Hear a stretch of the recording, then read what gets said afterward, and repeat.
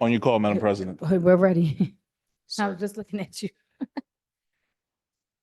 Trenton City Council meeting, April 15th, 2025 is now called to order. Please stand and salute the flag. Allegiance to the flag of the United States of America and to the republic for which it stands, one nation, under God, indivisible, with liberty and justice for all.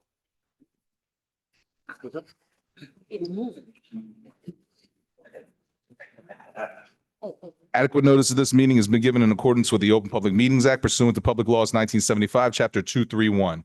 This agenda is complete to the extent known and was sent to the Trenton Times and the Trentonian newspapers, posted on the first floor bulletin board in City Hall, and filed in the city clerk's office, and posted on the City of Trenton website. Formal action will be taken. Roll call. Councilwoman Edwards. Present. Or excuse me, Vice President Edwards, present. Councilwoman Feliciano. Councilwoman Figueroa Kettenberg. Councilwoman Frisbee. Present. Councilman Harrison. Present. Councilwoman Williams. Present, is presente. Council President Gonzalez. Presente. Myself, Brandon Garcia, Municipal Clerk, present. Mr. Edwards Kaloji, Legislative Counsel. And Mr. West Bridges, City Attorney. On your call, Madam President. We may proceed. With the Certainly. invocation? Madam President, if you'd like, I'd read the invocation at this time. Yes, please. Almighty God, who holds the fate of man and nation, we most humbly beseech thee to bless this our city, these deliberations, and these thy servants, that they may act with wisdom and understanding for the good of our community and thy greater glory. Amen. Amen. Thank you. All right, and Madam President, I understand we have a presentation this evening. Yes, I believe Kingsbury, we're going to change the date for Kingsbury. They were unable to attend today. And so Yes, we can move on with ranked choice voting. Allow 10 minutes. certainly. Oh, that's what we said? I did, probably, sorry. Garcia, you can make that 15 in case they need it. 15 it is.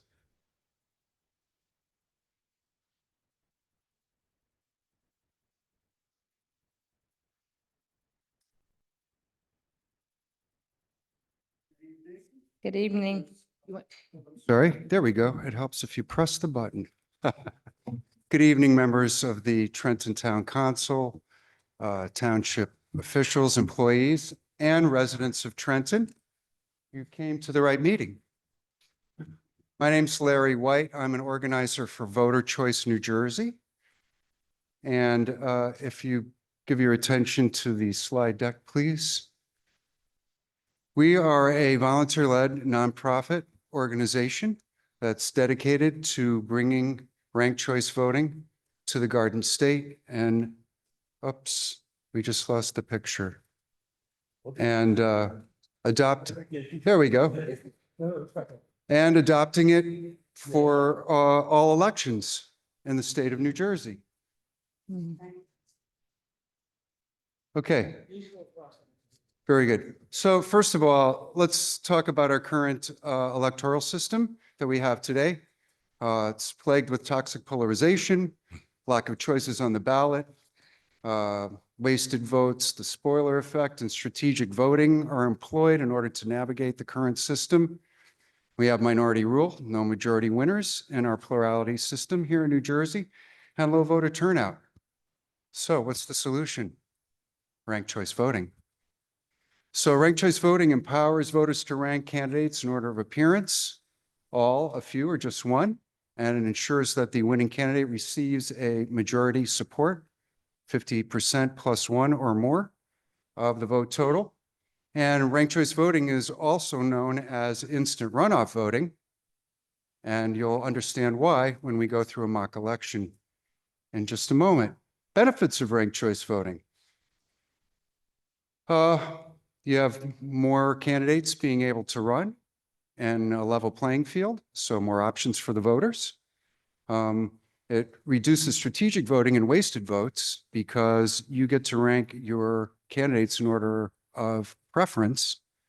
I like to say that my first choice would be the candidate I love, the second choice, the candidate I like, the third candidate that choice I could stand, then maybe don't rank anything else after that. And if you like the plurality system that we have today, you can just rank your first choice for all the candidates and press vote. So you have more options in the voting booth. It also discourages negative campaigning. Why? Because ranked choice voting encourages similarity over difference. If I'm running for office and I walk up to a door and I see they have my opponent's lawn sign on the front lawn, I turn and go to the next house. In the current paradigm, under ranked choice voting, I'd walk up and knock on their door and say, oh, I see that my opponent is your first choice. Well, let me tell you how we're aligned, and maybe you'll make me your second choice on the ballot. Okay? Also reduces election costs. No need for costly, low turnout runoff elections because it's baked into the system. And we have better outcomes with RCV amongst the electorate as well. These are statistics from California that uses ranked choice voting for their primaries. And you can see that there's a 26% bump in the percentage of women elected and a 19% bump in people of color that are elected to office after RCV was instituted in California. And these are statistics from the last New York City mayoral primary that Eric Adams won. You can see the increase in voter turnout from 2013 to 21 of 29%, and the increase in active ballots and decrease in wasted votes. I'll explain more about that when we go through the mock election. Also, across age demographics, voters find RCV easy to use. As you can see, actually, the 18 to 34 group is struggling the most of all the age groups. Look, folks, we rank things every day in our lives. We create priorities for ourselves every day. And this is just another way to do that. Usage of RCV in the US and worldwide. Maine and Alaska use it for all their elections. Southern states use it for military and overseas voters. All those purple dots are municipalities where they're using RCV in elections. And there are also where the light purple is, there's also local jurisdictions that are using it. Ireland and Australia have been using it for over a century. Okay, so it's nothing new, it's just new to us. Now, let me please give your attention to the screen. We're going to go through a mock election here with RCV. So we have 4 candidates, 2 from the purple party, 2 from the orange party in round 1. These are the results. Candidate A is obviously the winner in the first round with 55% of the vote. They get the majority in the first round. But let's go to another scenario where nobody gets the majority in the first round. So how do we get to a winner? The lowest vote getter, in this case, candidate D, is eliminated from the race. But their votes are not eliminated from the race because we repopulate their second or third choices with the remaining candidates. In this particular case, because candidate D was of the same party as candidate A, the majority, 4%, went to candidate A and 1% went to candidate B. But we still haven't got a majority winner yet, so we do it again. And this time we eliminate candidate C and then repopulate their second and third choice votes into the remaining candidates. And in this case, the vast majority of them went to candidate B from the same party, and candidate B ends up winning with a majority of 55%. Our strategy. We have bills in the legislature right now that will allow the voluntary use of ranked choice voting for local and school board elections. Okay. If the governor signs this bill, the following November, you will place a referendum on the ballot and you will ask the citizens if they want to use this voting system. If they vote yes in the majority, then the following election cycle, you institute it. All the voting machines in New Jersey are capable of handling an RCV election. And we've had sit downs with the county clerks around the state, and they see no major impediments to implementing the system in current voting paradigm, should you choose to use it. And how we're achieving this is we're doing outreach to legislators, to community organizations and stakeholders, and we're doing education and outreach events, which I'm going to invite you to in just a moment. to educate the public about it. And we're trying to get municipalities to pass resolutions of support or trigger ordinances to demonstrate to the legislature that there are municipalities that are interested in using ranked choice voting now. Our recent wins on that front are, as you can see, we have 7 municipalities who have passed a resolution of support or a trigger ordinance, and most of them were last year. And we would love for the state capital to join that list. So on May 7th, we are having a education event here in Trenton, and we're going to rank ice cream flavors. So bring your appetite and come to the Trinity Cathedral Synod House on May 7th at 7 p.m. Please join us. The Trenton Council of Civic Organizations is our host, and we'll be going through an actual live ranking exercise with the ice cream so you can see the RCV process in real life in real time. That's my presentation. Questions? Comments from the council? Anyone How have much any time have we questions? got left? Anyone? No? No? Go ahead. Hey, Wesley Bridges, Law Director. You made a statement that there's a bill before, or there's some legislation going to Yes, be voted sir. on. Yes, sir. Isn't it correct that the citizens of the city of Trenton can vote to eliminate the runoff currently by way of referendum, regardless of what's happening right now with this bill? I couldn't speak to that, but it's possible. That's true. But RCV eliminates the need for runoffs because it's baked into the process, and it gives you a lot of other advantages that simply eliminating runoffs. Right. And I'm not saying this In is a challenge. I'm saying it more for informational legislation. purposes. We had an experience here in the city where we had an election that was challenged, and we had to do some pretty in-depth research with respect to, number one, whether the city actually voted by way of referendum to have runoff or to have runoffs or to not runoff. And our research revealed that currently, as we sit here today, the citizens of the city can vote to eliminate a runoff by simply putting the question on the ballot to vote on. So what if anything changes based on this proposed legislation that you're referring to? Well, you would eliminate the need to institute that statute because what the bills do is allow us to have a different way of voting than we have now. All elections in the state of New Jersey are plurality winner elections. It's the only way that we can do it. The language in the bill allows us to vote in a different way than plurality voting, and RCV would be the way to vote. Okay? Would I be correct, again, more in the informational gathering than anything, would I be correct that even after that legislation passes, that it would still have to be a decision that the voters would decide on whether or not to accept this form or another form of non-runoff? That is type of election? correct. That is correct. And the bill calls for that. This is a grassroots bottom-up campaign. And we want the citizens to say, yes, this is a superior voting method. We would like to use it in local and school board elections where we have candidates that we know, maybe even personally, and are familiar with. And yeah, so that's our strategy. That's what we're trying to do. We're trying to get people to utilize it in their local elections. Thank you. Appreciate it. You're quite welcome. Thank you. And just before you sit down, I told a couple of constituents that I will share some of the emails that were sent to me. There were some that were in support. We had one that was not in support, but I definitely wanted to acknowledge this long one. Well, not a long one, but she said, Deborah Amen. Lives in East Ward, and she was in support of the ranked choice voting.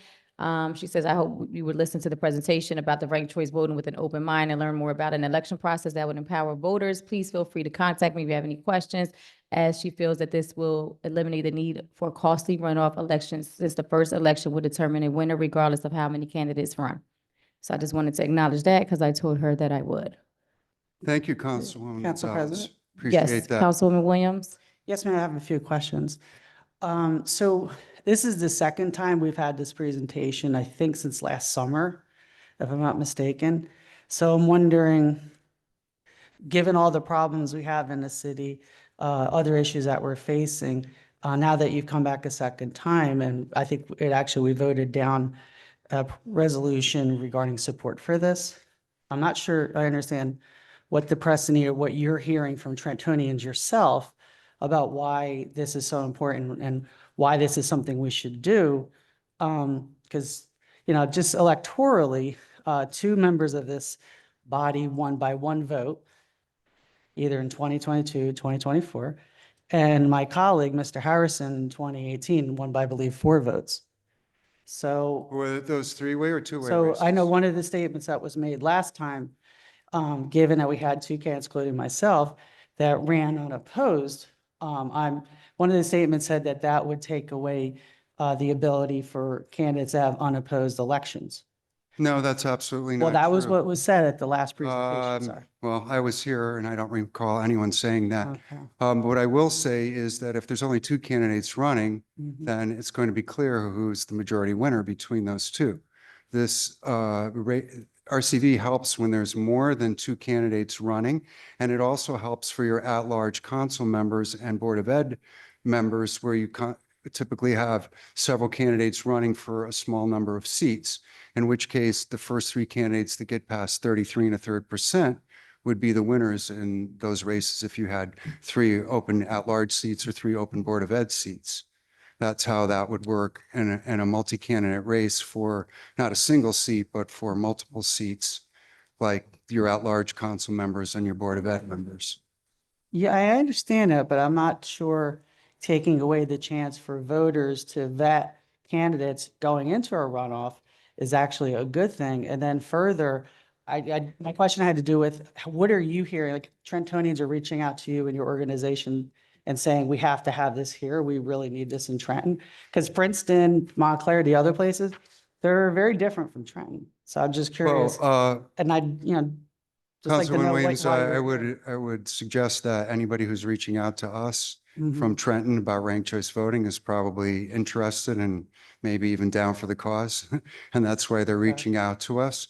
We have been doing outreach to community organizations in Trenton. I presented to the ETC a few months ago, and we're building towards this May 7th event, where we expect to have a lot of community organizations that we've been talking to come to Synod House at Trinity Cathedral and get more education and find out more about RCV and its benefits.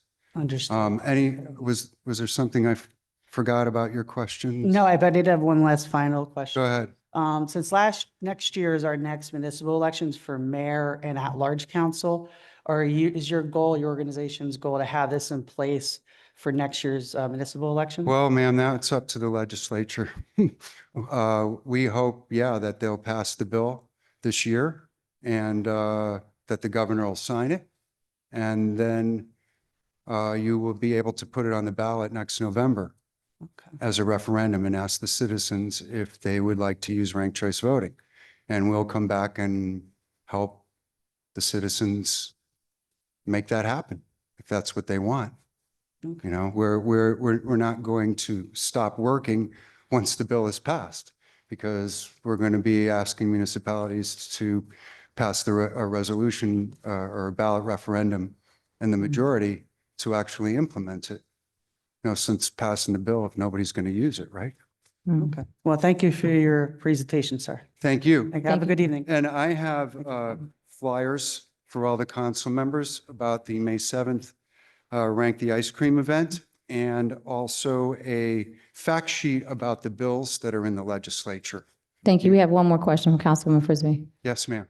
So, hi, I'm Larry. I wanted to just thank you again for coming out. I requested that you come out the first time, and I did ask that you would come out again this time. I think that, I want to thank you for a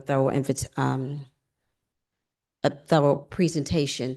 And I just wanted to say that to everyone who's here, everyone who's listening, ranked choice voting does not take away the voters' right to have a discussion or with candidates. It is those discussions, whether who you want to vote for, is a discussion that should be had prior to casting your initial vote. So vetting a candidate, having any discussion with a candidate, whether you want to do it in person or you're doing online, whatever it is, all that vetting is done prior to you voting. You don't go into a voting booth and you vote. You don't vet after you have had after you've cast your vote.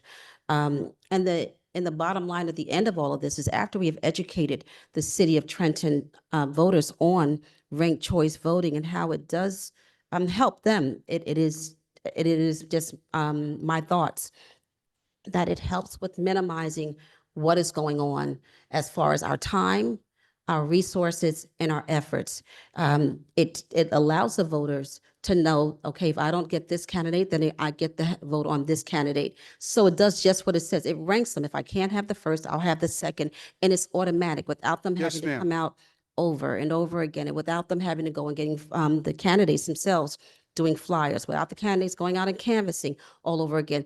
All of that, they should have had those conversations with our constituents prior to that. So I just want to put that out there, and it does not minimize our ability to have discussions. But the voters in the end, like you said, in November, if this were to pass with the governor, the citizens have the final vote to say, yes, we want to have ranked choice voting on the ballot or and system, or Yes, we do ma'am. not. This So it's not that yeah. we're making the decision for them. This The citizens would resolution do it. of Just support, opens it up. this resolution of support is just to tell Trenton, we are interested in exploring this possibility and we would appreciate it if you passed the bill. Excellent. Okay, and I think that's super important to remember. And I lost the other point that So, well, I thank you so thought of much. when you. That's when okay. you But thank you, were raising Larry. it. Appreciate But you. these are for the council. Mhm. And if I could ask if you would send your presentation, I'm sure the rest of council would appreciate being able to view it more thoroughly. Thank you, You Mr. can- Larry. Ma'am, Thank you, sir. thank you very much for your time and attention this Mhm. evening, and we hope to see you on May 7th at the Synod House at Trinity Cathedral. Come and eat some ice cream and find out more about ranked choice voting. Council Thank you. President, Oh, Councilwoman Feliciano? thank you. I'm sorry. It's okay. Just real quick, thank you for coming tonight. Oh, thank you for coming tonight. Sorry. Just so just for clarity, from what Director Bridges said, and what he asked, in the bill that you're putting forward to be approved, it's stipulated in the bill that if it is passed, then the municipality has to put forth the referendum. We have to put forth the referendum. Okay, so that's do a what? Come up to the mic. Yeah, To the mic. if you don't mind coming back up, please.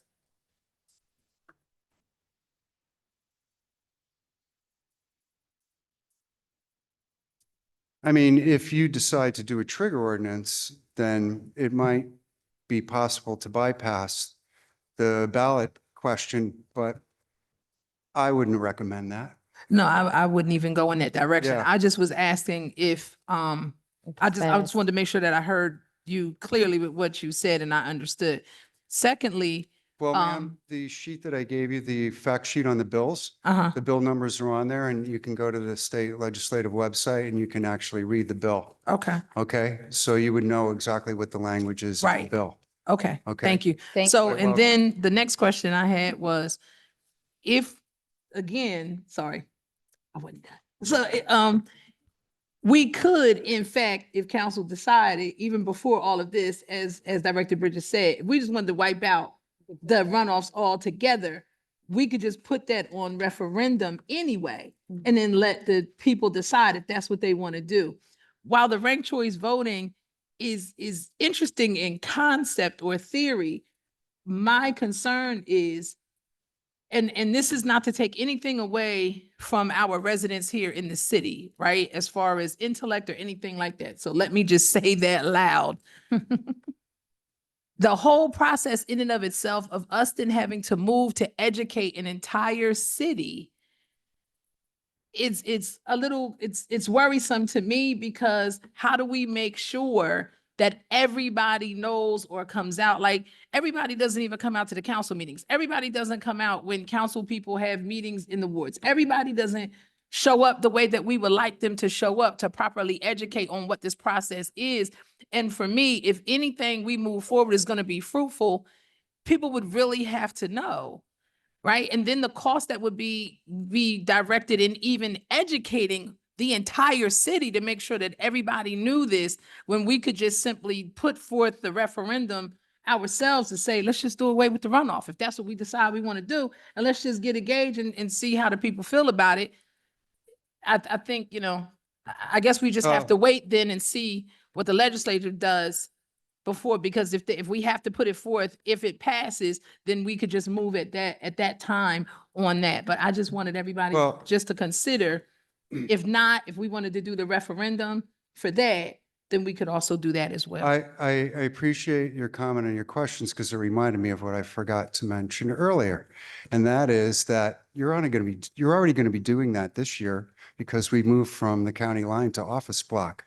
Mhm. So there's an educational effort that has to happen around that. And Voter Choice New Jersey will help you with the educational outreach effort should you decide to put this referendum on the ballot after the governor signs it. So we're good at this stuff and we can help you. Okay. So voters are going to have to become more educated in general now that we've moved away from the county line. And that's a good thing. So RCV is just another piece of that education puzzle. And after having to educate the public about how to operate with the new office block ballot design, you'll be primed to educate them about RCV next year, assuming the governor signs the bill. You're welcome. Thank you so much. Mr. Garcia? Certainly, Madam President. At this time, moving on with the agenda, we have some individuals here for advice and consent for mayoral appointments. And I'll leave it to you if you'd like those individuals to come or be introduced by the mayor, I imagine. I see the and/or mayor's collectively. present. You could come up, but we were going to ask if they can all come up together, please. Great. All the nominees, you can all come up. Thank you, Council President and members of the council. We have a board comprised of 5 members and 2 alternates. Unfortunately, 2 of the members could not make it today, Miss Janina Calais and Joseph Antonello. They both had conflicts. Janina. But I have Dr. Lenore Robinson, Thank you for having me. Miss the Honorable Marge Caldwell Wilson, Desiree Walker, I'm sorry, Okay. Caitlin Sealand, Hello. and Destiny Walker. Hey, there are twins. Yeah. And I would just mention that each one of these young ladies were interviewed by the health department. They met with the shelter management team and they even toured the facility. So they all in their own way are very excited about this challenge and look forward to working with the city. Thank you so much, Mayor. Does any council members want to ask any questions? Just a couple. Just one, I just want to make sure, because there were a few concerns expressed by residents. Everyone being appointed is a Trenton resident? Yes, and That's why I thought so.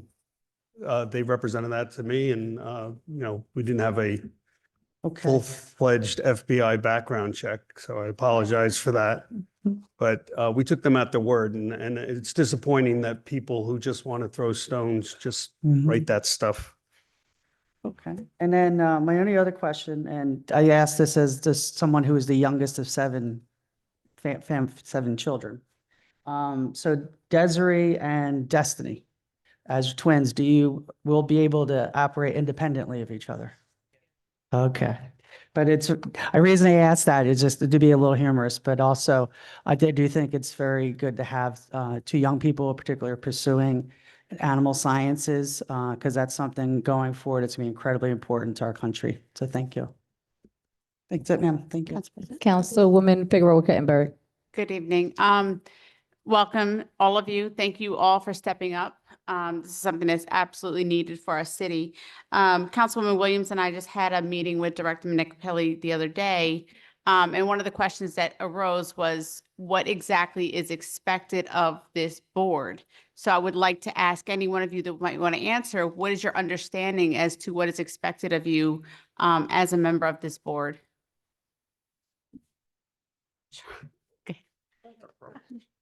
Hi, I'm Lenore Robinson, and, oh, sorry. I applied for the position because I am very concerned about the animal situation here in Trenton. I have a doctorate in cultural and urban anthropology. I also have a pet care service. So I have become, Thank you. is that better? Yes. Sorry.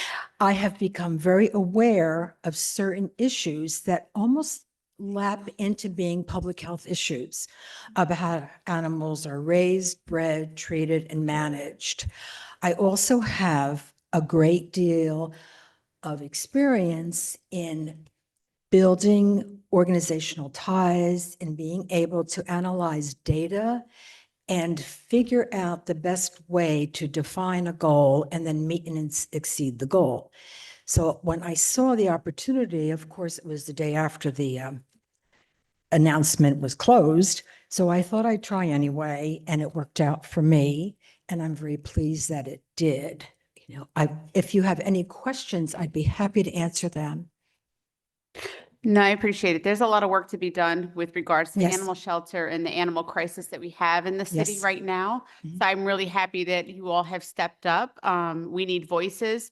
We need people who are going to be part of the solution, not contribute to the problem.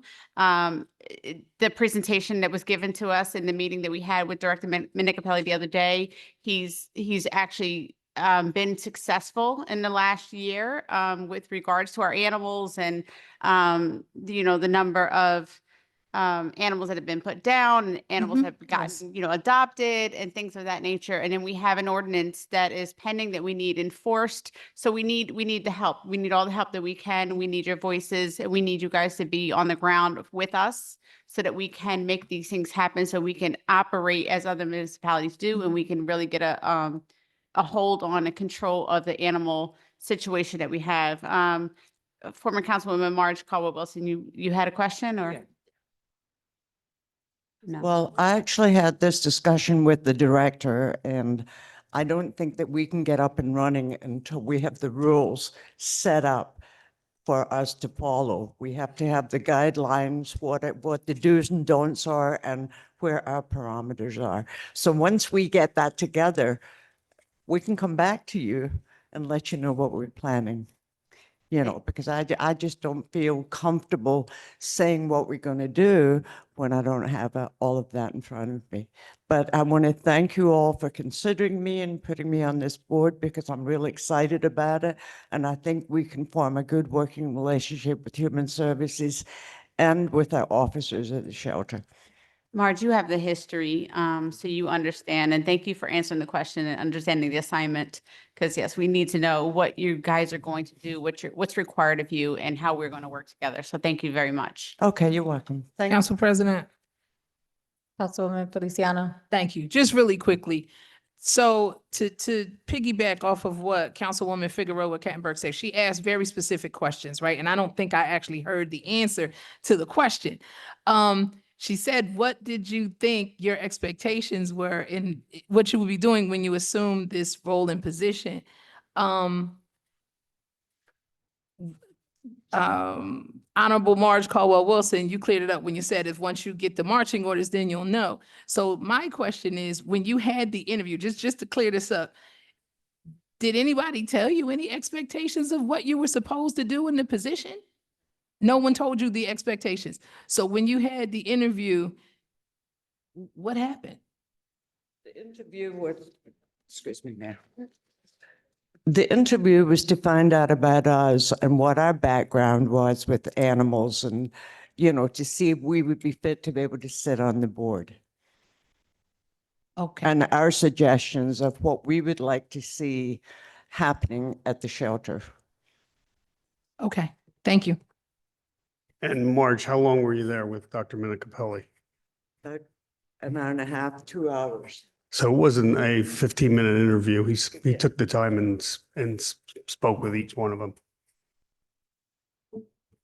Madam President. Councilwoman Felice Frisbee, and then Council Vice President. So I just wanted to say, and some of my colleagues have hit on a couple of these. In my, and I'm just going to say it. For me, I was going to say, as board members, you're not there to make the rules. You're there to help enforce the rules once those rules have been put in place. And I know that Director Minicapelli has been working on that. And we've been talking about just that, what rules and procedures have been put into order. So this is a good stepping stone so we understand that there are rules that are set into place, even as he has to make them up to make sure that it's best fit and best practices for our city, because we're not a cookie cutter, but what works for what city works with our city. So I'm going with the guide that you're there to help assist. Whatever rules that he puts into place, that's what you would do to help and to support that and make sure that things are done in decency and in order. My other comment was going to be, and still is, I wanted to commend Director Minicapelli on actually the steps that he has been taking.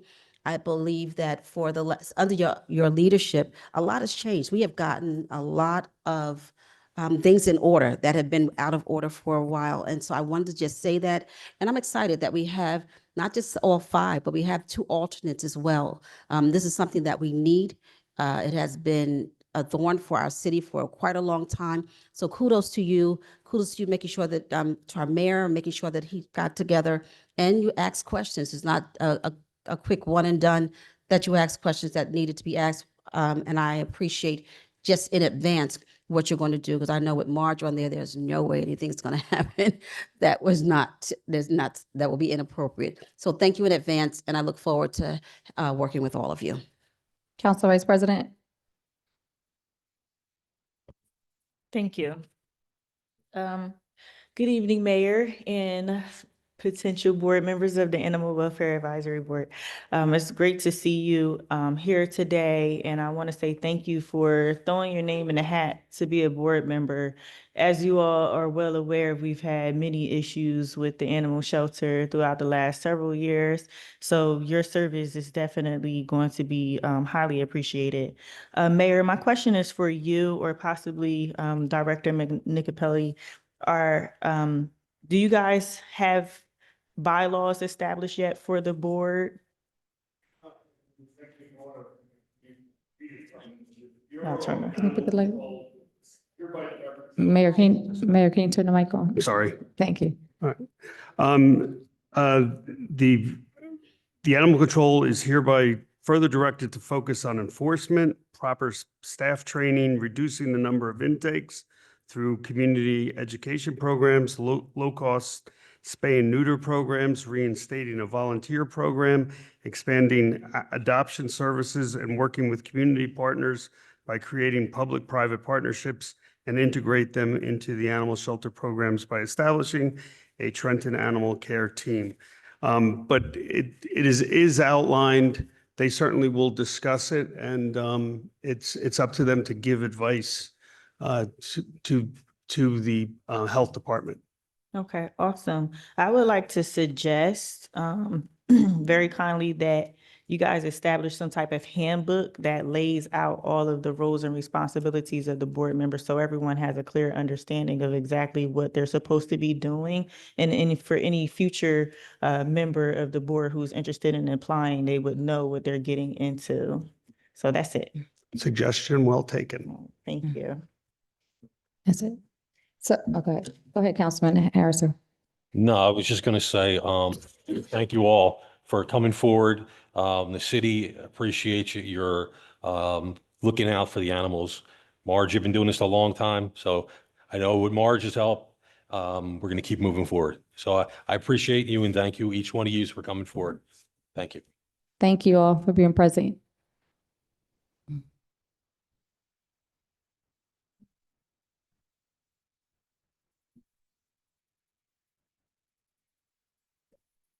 On your call, on your call, Madam President. Mr. Garcia, can we move to vote on those?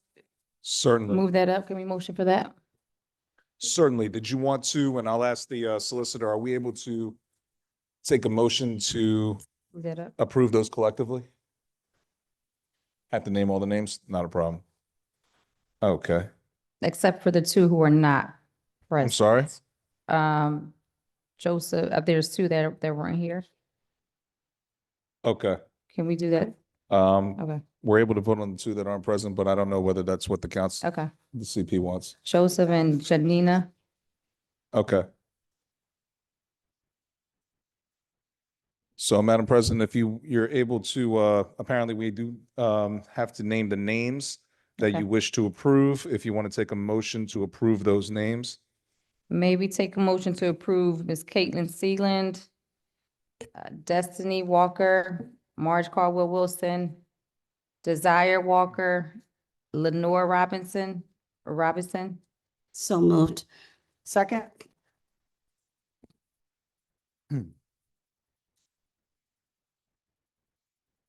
Roll call, Vice President Edwards, Yes.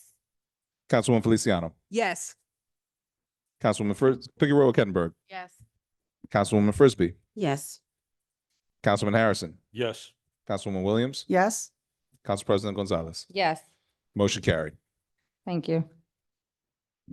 And moving on with the agenda this evening, Madam President, if you want to, we have public comment for agenda items only. Yes. If I could have the public comment clipboard, please, for agenda items only.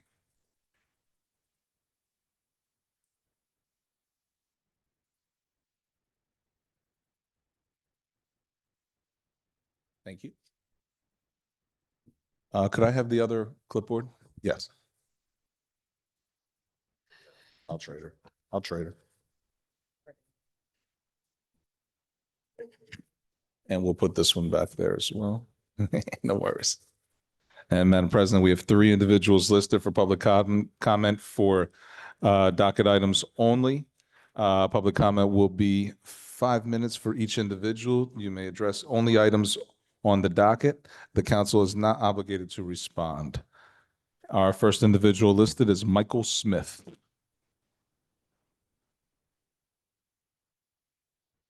Michael Smith. Moving on to Eric Gaskin.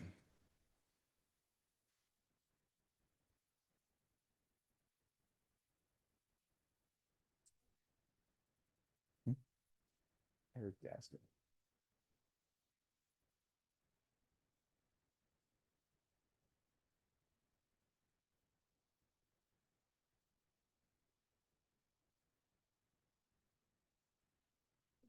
Can you press the button right there? Yeah, yeah. There we go. Okay. Good evening. We- Thank you for having me this evening. So I come in the representation of, Mr. Gaskin, if you don't mind stating your name and your address, please, for us. oh, okay.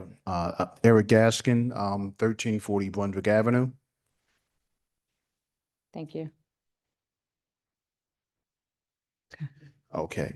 So I come in representation of, I'm owner and operator of Family's Barbershop located on 1340 Brunswick Avenue. And I come this evening to discuss, so we have parking signs that were just put up there recently, and it's in the residential area.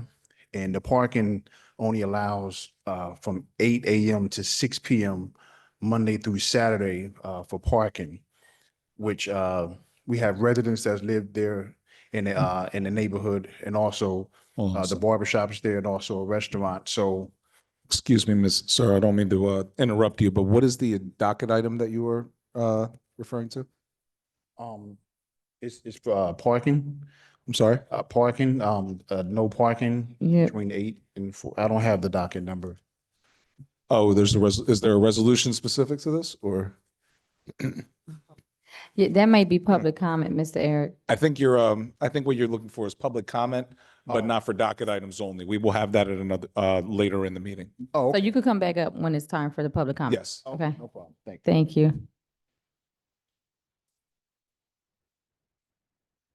Oh, yeah, Mr. Eric, if you don't mind signing your name on the other sheet. Thank you.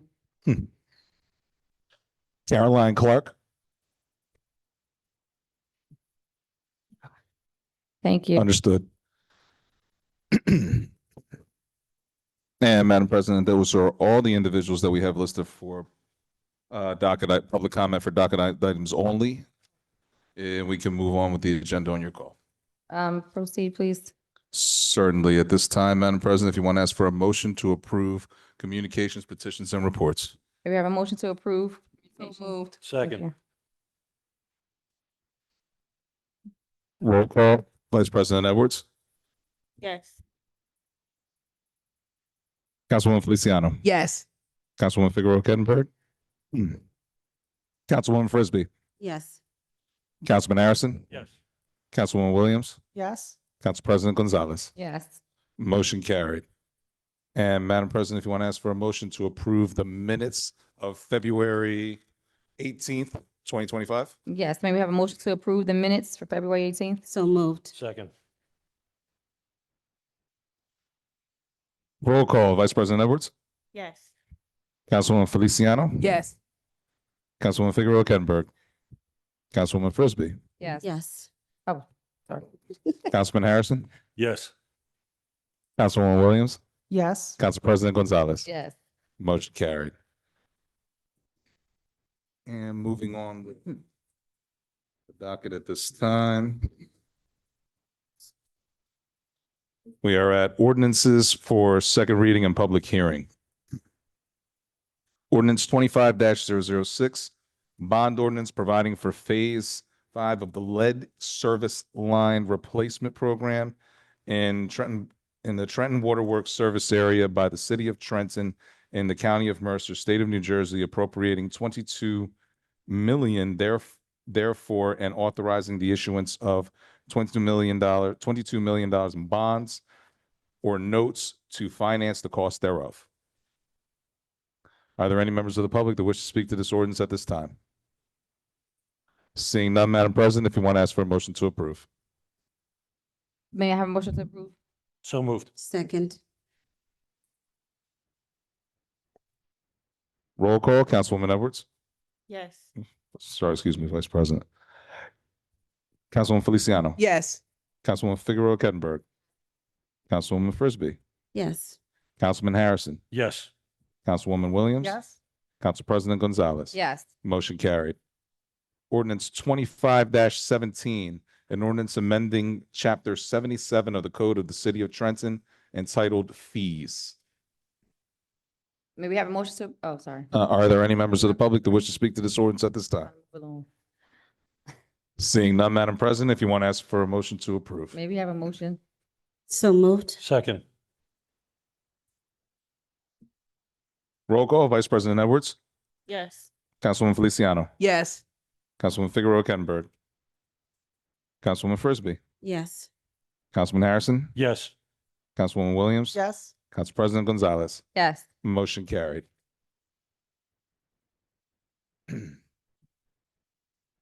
And ordinance 25-036, an ordinance adopting a redevelopment plan for the entirety of the city of Trenton, a designated rehabilitation area. And I see, Madam President, that Mr. Liston is already here. Yes, Director Liston. Council President, if I may, with the body's permission, a lot of what Mr. Liston is going to talk about is going to be touched upon in executive session. So I don't know if we want to wait until we have that under the guise of contract negotiation, real estate contract negotiation. So I just throw it out there for a consideration to have that in executive session first, prior to having any public comments, questions in front of the public. Yes, but I believe he was going to, were you going to say something about this specific ordinance, Dr.? Yeah, real quickly, Arch Liston, the Director of HED.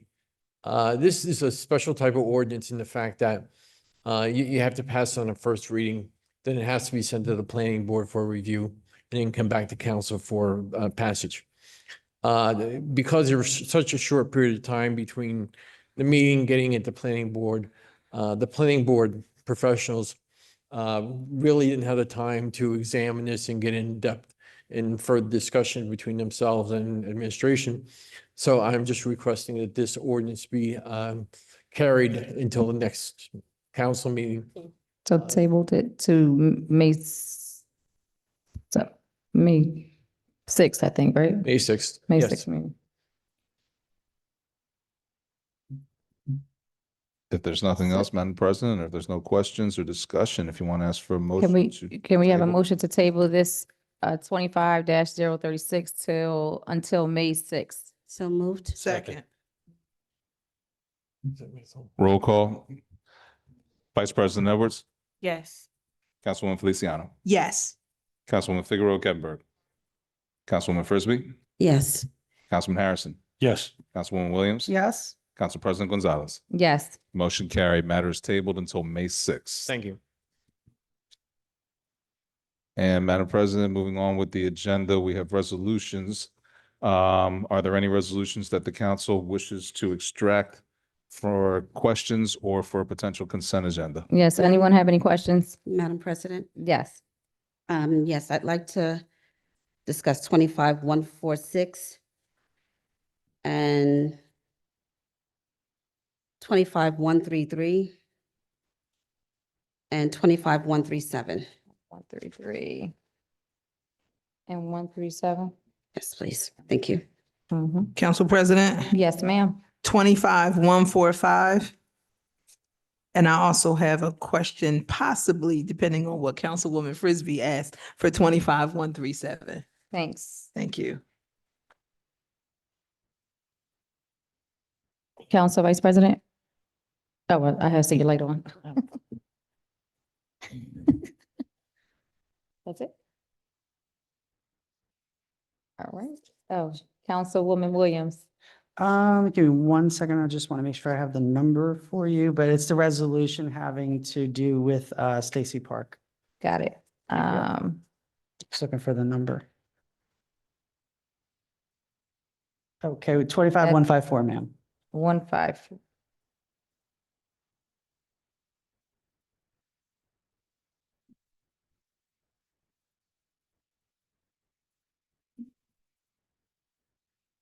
All right, think that's it, right? Yes, okay, Mr. Garcia, I think our first one will be Councilwoman Feliciano, 25-145. Thank you, Council President. You're welcome. Good evening, Council. Jim Beach, Chief of Staff. Hey, hi, Chief of Staff Beach. Just a quick question.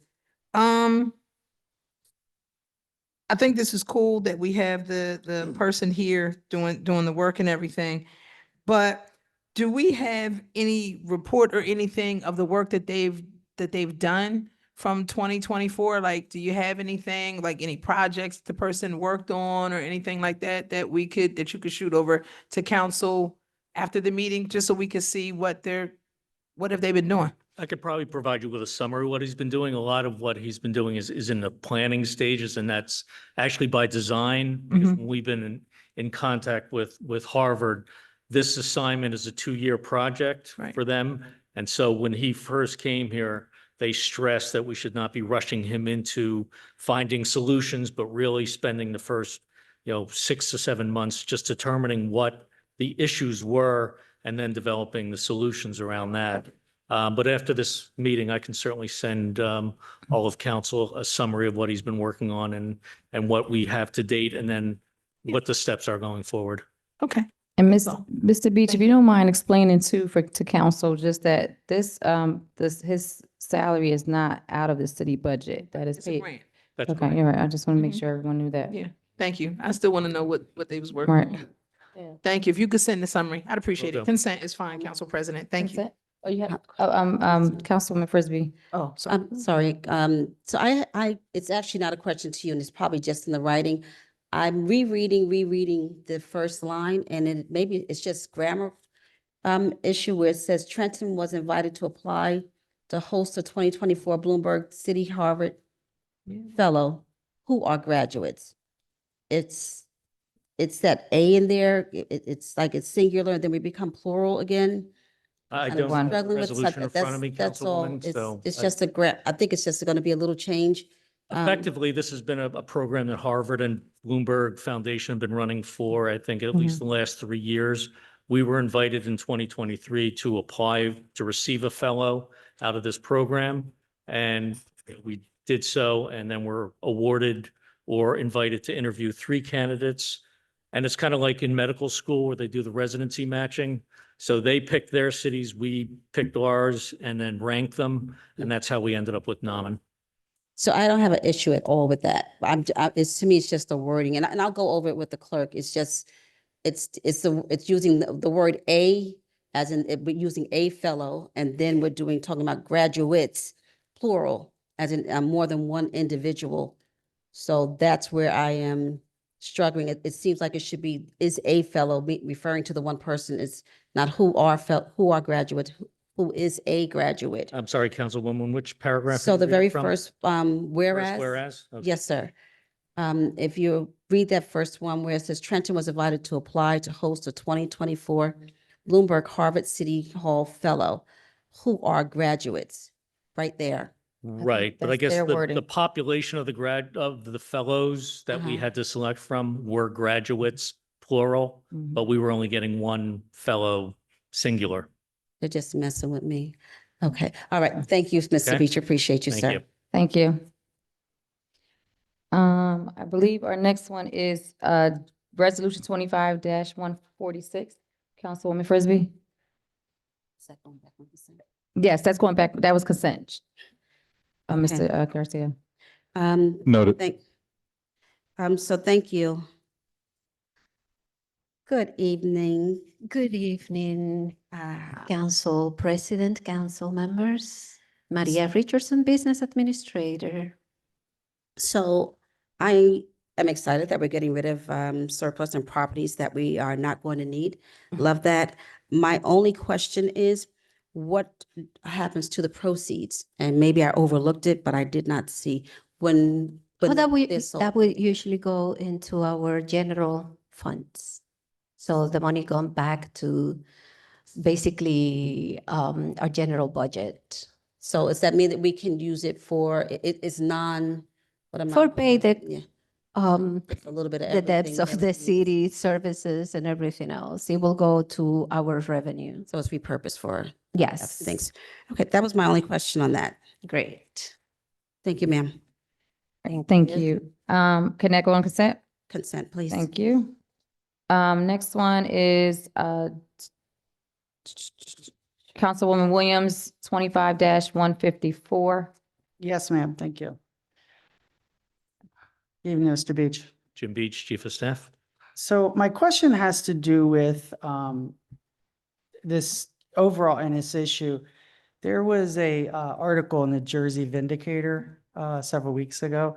And in the article, a spokeswoman for DCA was quoted saying that essentially DCA made a verbal request of city council as a body to pass this resolution.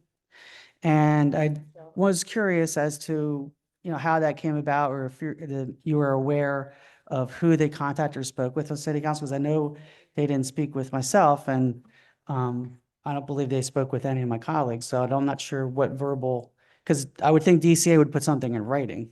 Am I They incorrect? did not. This had been discussed during meetings that the business administrator and I had with DCA about whether we needed to do a resolution to clarify the payment since services had been rendered and actually payments had already been remitted. So there was back and forth as to whether a resolution should be submitted. DCA verbally requested that we submit a resolution. I can't speak for the person from DCA in terms of the verbiage she used. She may have been assuming that, through the administration, she was asking the council to pass this resolution, but that's supposition on my part. Okay, so it could have been misquoted incorrectly even I too. don't know. Okay, I just wanted to make sure because some questions have been asked about that. And sometimes, when interviews happen, things do not get transcribed correctly or whatever. So I just wanted to make sure. All right, Agreed. thank you very much. Consent, please, ma'am. Thank you. And then we have one more, Councilwoman Frisbee. Oh, actually, two more, sorry. Councilwoman Frisbee on 25-133. Before Director Wilson. Oh.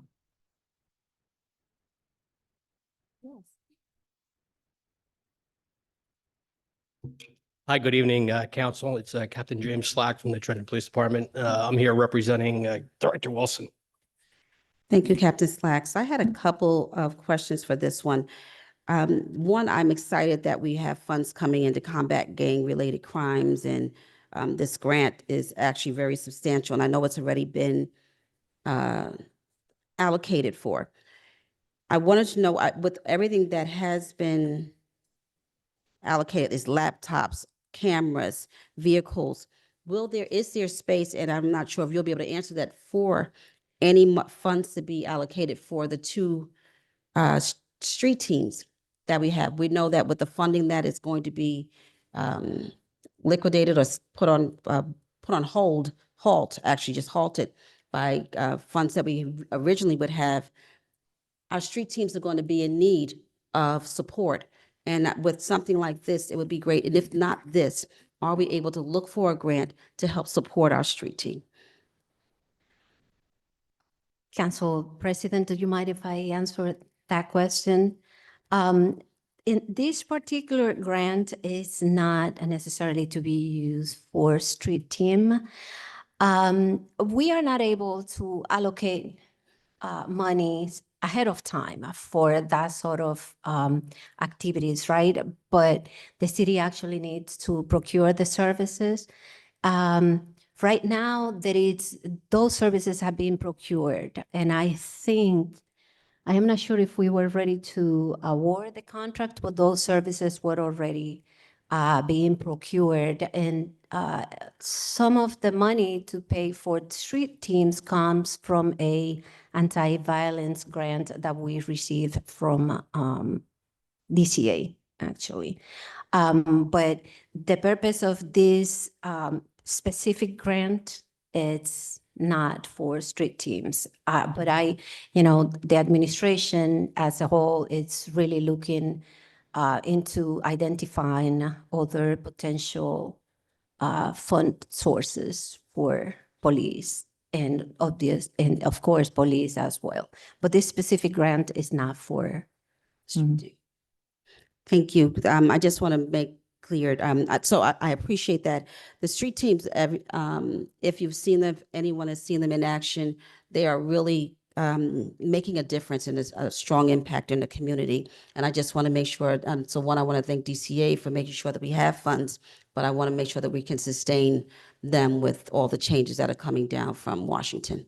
So thank you. Really quickly, BA Richardson and Mr. Slack, I don't know if you have the answer, but BA Richardson, just while you're up here, if you don't mind just giving us a timeline as far as the budget. I know a lot of questions are being asked about the budget, and I just wanted you to share some of our conversations, please, about when the budget would be introduced. Absolutely. We have been working with our DCA counterparts to work on the budget since the beginning of the year. All department directors submitted their draft budget at the end of last year, and we sat down with them, went over their asks. So at this point, we have already submitted our request for transitional aid to DCA. The deadline was March 7th. We submitted our ask. As you are aware, in order for us to introduce a balanced budget, and we are mandated to introduce a balanced budget, we need assistance from the state. So our ask was already presented to the state. Once we get a word from the state as of what is the transitional aid amount that they will grant the city and what is the capital city aid. We should be able to introduce those numbers to our budget draft, and that's when we are able to introduce a balanced budget. The numbers that we have, although those are realistic numbers, it's not balanced until DCA says, this is the amount of money that we are going to give you. So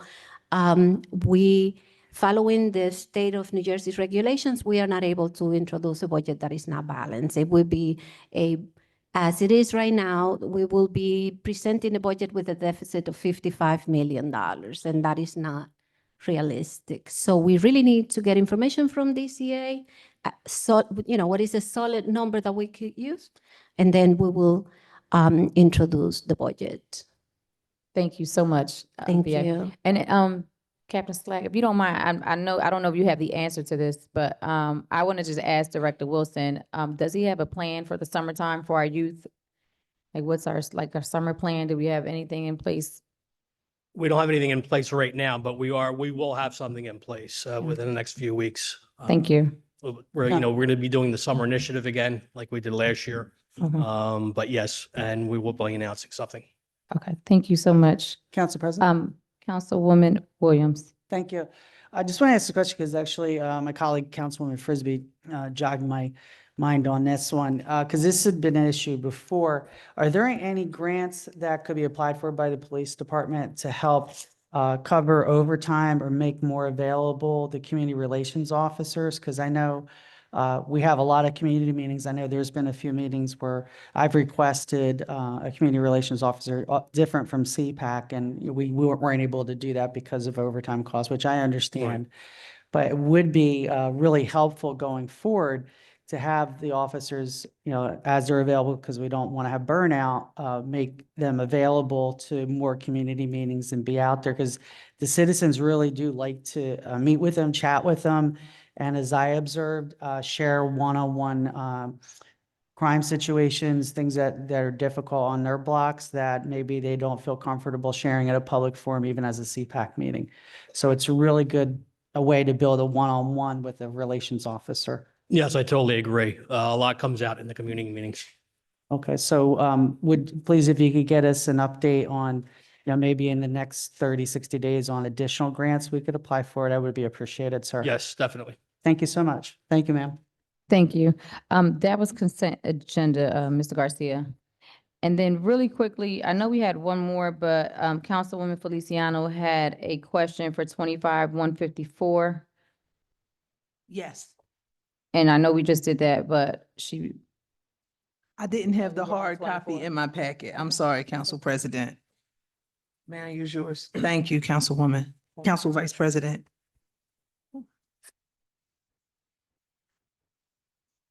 Okay, so the question that I have is on the last page of this that I just saw.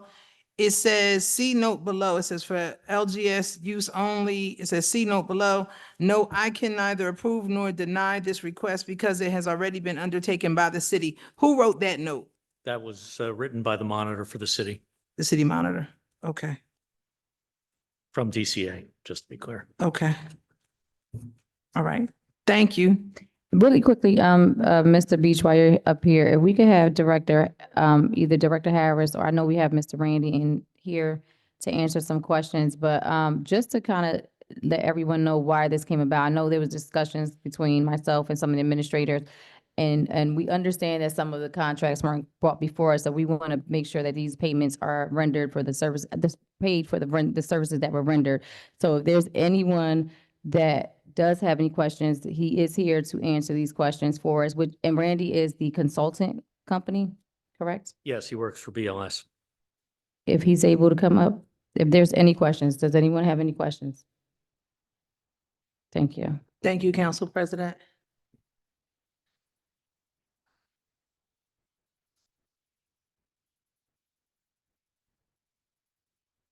Good evening to the council, council president. My name is Randy Baum. I'm a licensed landscape architect in the state of New Jersey.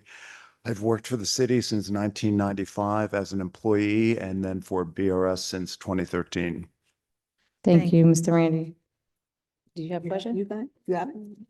Okay, Go ahead. thank you. Okay. So just for clarity, when it comes to the work that was done at Stacy Park, when it comes to the clearing of the trees and everything that took place, there were questions about the permits and everything that were supposed to be obtained and things of that nature. We were told that historically permits were not gotten or anything. Can you speak to that? Can you tell us about the process for that with Stacy Park from your perspective? Absolutely. The park frontage along the river has been maintained mostly as lawn historically. I mean, going back to the days 100 years ago when the park was first developed.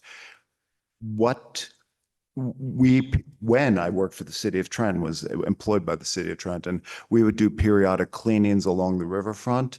That was back in the 90s. Regulations have probably tightened up somewhat since that. So I think the assumption was made by the city that since it had been done in the past without permits, that it was likely doable now without the permits as well. So as the consultant for us in this area, would this have been something that they should have come to discuss with you, that you would have guided them or said, like, let's just get to it.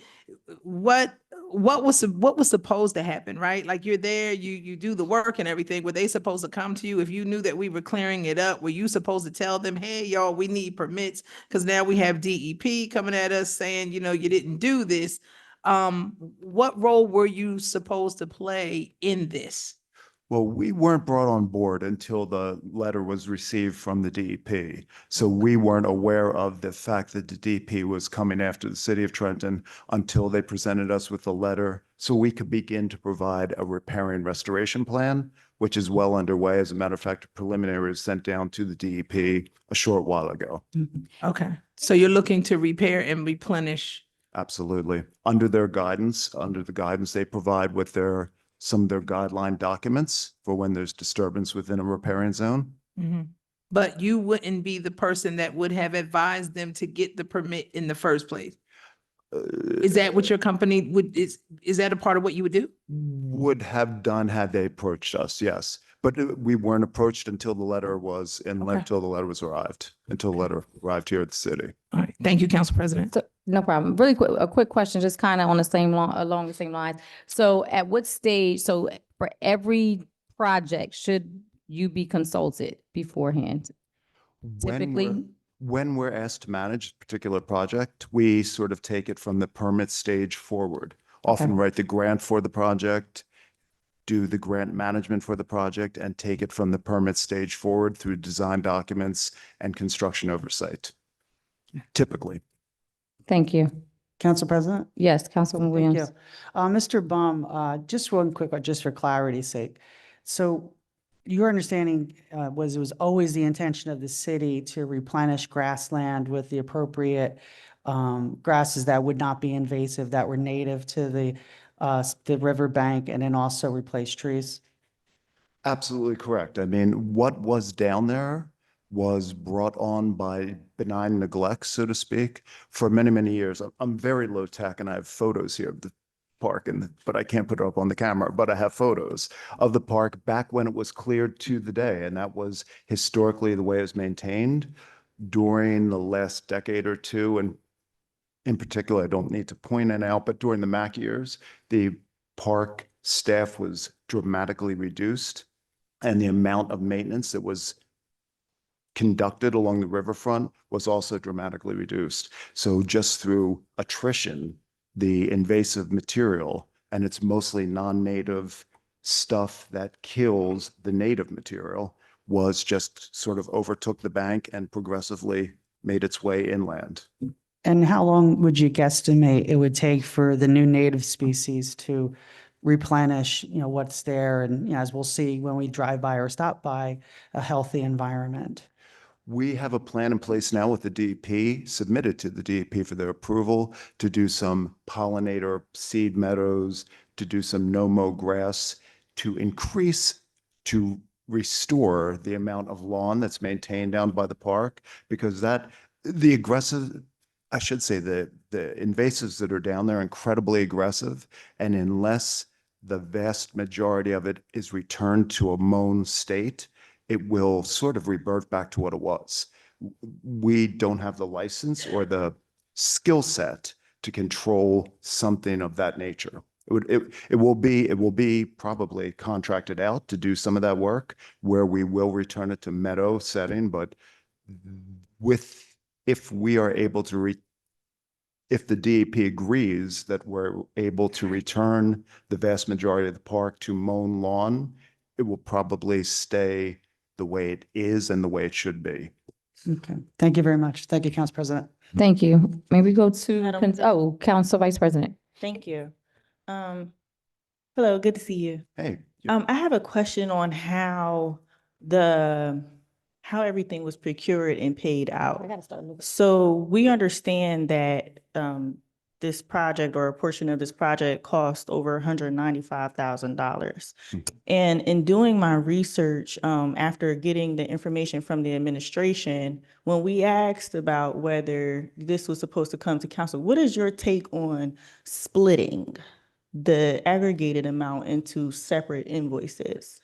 Well, quite frankly, as a consultant to the city of Trenton, I can't answer that question. If I may, Council President, that's my job to answer that question. So I think that's a conversation that I would be responding to. Okay.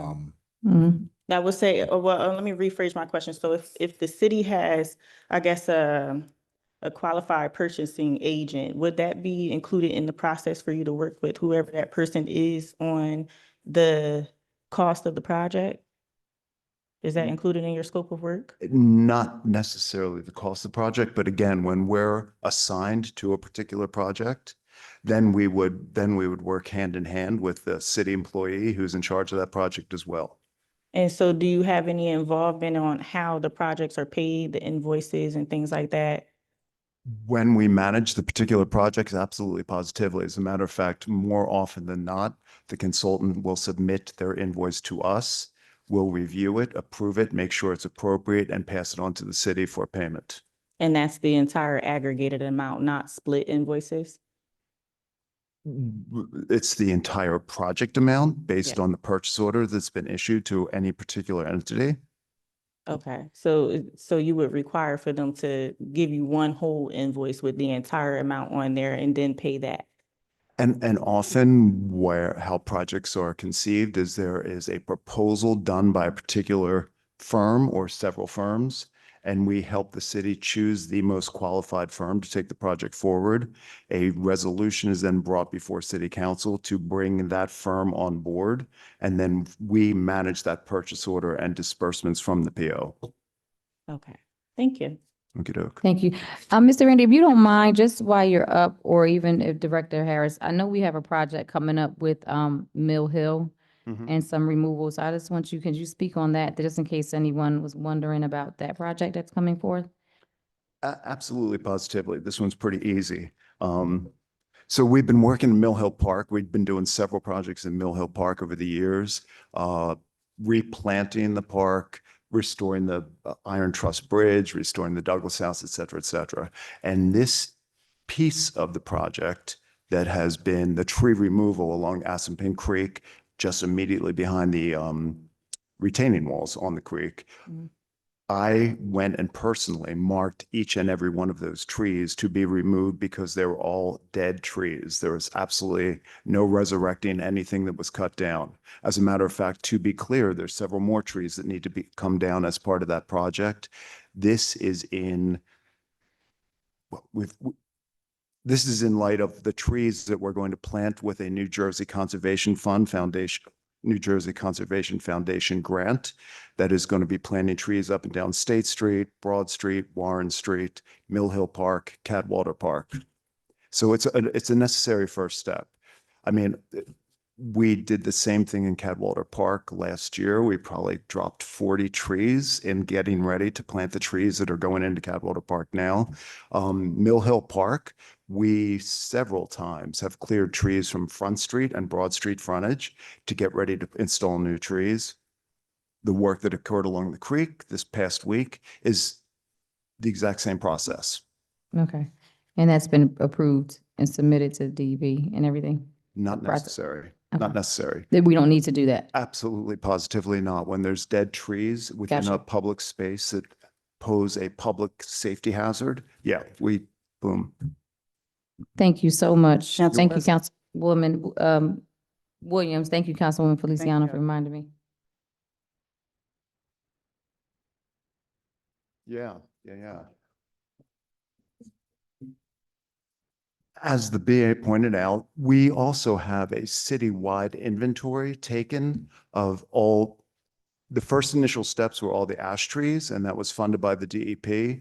Ash trees have the borer now that are taking down the trees nationwide, so to speak. So we have, I think, close to 3,000 ash trees. Yay, good for us. In the city of Trenton that need to be cut down. So they've been inventoried and assessed as to what their existing conditions are, how severe they are, and what should be cut down first. We're about to undergo a citywide inventory of every single tree in the city to do sort of the same thing. So we can, with our community forestry management plan, understand where trees are coming down, where trees are needed, et cetera, et cetera. Thank you. Councilwoman Williams? Thank you, ma'am. Appreciate you answering questions, and thank you, Council President, for initiating that, and Council Feliciano for the reminder, because I was going to use my time during civic comment to ask you. So this is an issue in the Mill Hill neighborhood, which is in the North Ward. And I do remember even years ago, one of the trees that had died, it fell into the Assapeak Creek and created a log jam, and the fire department actually had to go out in a boat to chainsaw and break Yes. up the dam. We Yes. originally thought beavers maybe did it, but it was just a dead tree. Right in Mill Hill Park, exactly where we're cutting down the dead trees now. And instead of being a simple tree removal from land, it became this major operations with cranes and boats and fire departments and shade tree crews. And yeah, it wasn't pretty and was considerably more expensive to do it that way than to get the tree while it was on the ground. Okay, and then my quick questions are there more trees along Assapeak Creek that will be having to come down? And then do you know how many trees may get planted to replace them? Because I do understand you had to take these trees down in order to plant new trees. Yes, there's probably one or two more substantial trees that need to come down. I mean, as a matter of fact, shame on us. We had, after we restored the Iron Truss Bridge years ago, one of the willow trees fell on the Iron Truss Bridge railing and damaged the rail. So now we have to go back and have that repaired, have that tree removed, et cetera, et cetera. So we're trying to avoid repeating that same mistake. So I would guess maybe one or two more trees. I'd have to go down and sort of do a little recon of trees of size. And then there's quite a few trees adjacent to the amphitheater that are of yay size that are completely stone cold dead. They have no bark on them. So everybody could recognize that's a dead tree. Okay, and my last question is, do you have a guesstimate of how many trees you may plant in 2025? Overall in the city? Oh, overall in the city? Yes, sir. So we have a $1.7 million regional greenhouse gas initiative grant that will plant 1,000 trees. That's what's scheduled to plant. Those trees are scheduled again for Mill Hill Park, Cadwater Park, State Street, spanning from Cadwater Park beyond Mill Hill Park to Clinton Avenue. We have a 319 water quality grant that is going to be planting trees and has already begun planting trees downtown throughout the old city area, the old town area. That also includes trees in the City Hall parking lot to green it up. And we have a $800,000 other grant, Okay. whose name now escapes me, to plant trees mostly in South Trenton, where the vast majority of ash trees are planted. Dead ash trees are now there. Okay, all right, well, thank you very much. I appreciate it. Thank you, ma'am. Thank you. Thank you so much. Good. Is it okay to go on consent agenda? You good? Councilwoman Feliciano, you good with that on consent? Thank you. Yes. Consent, and Mr. Garcia. Oh, yes. Okay. Thank you.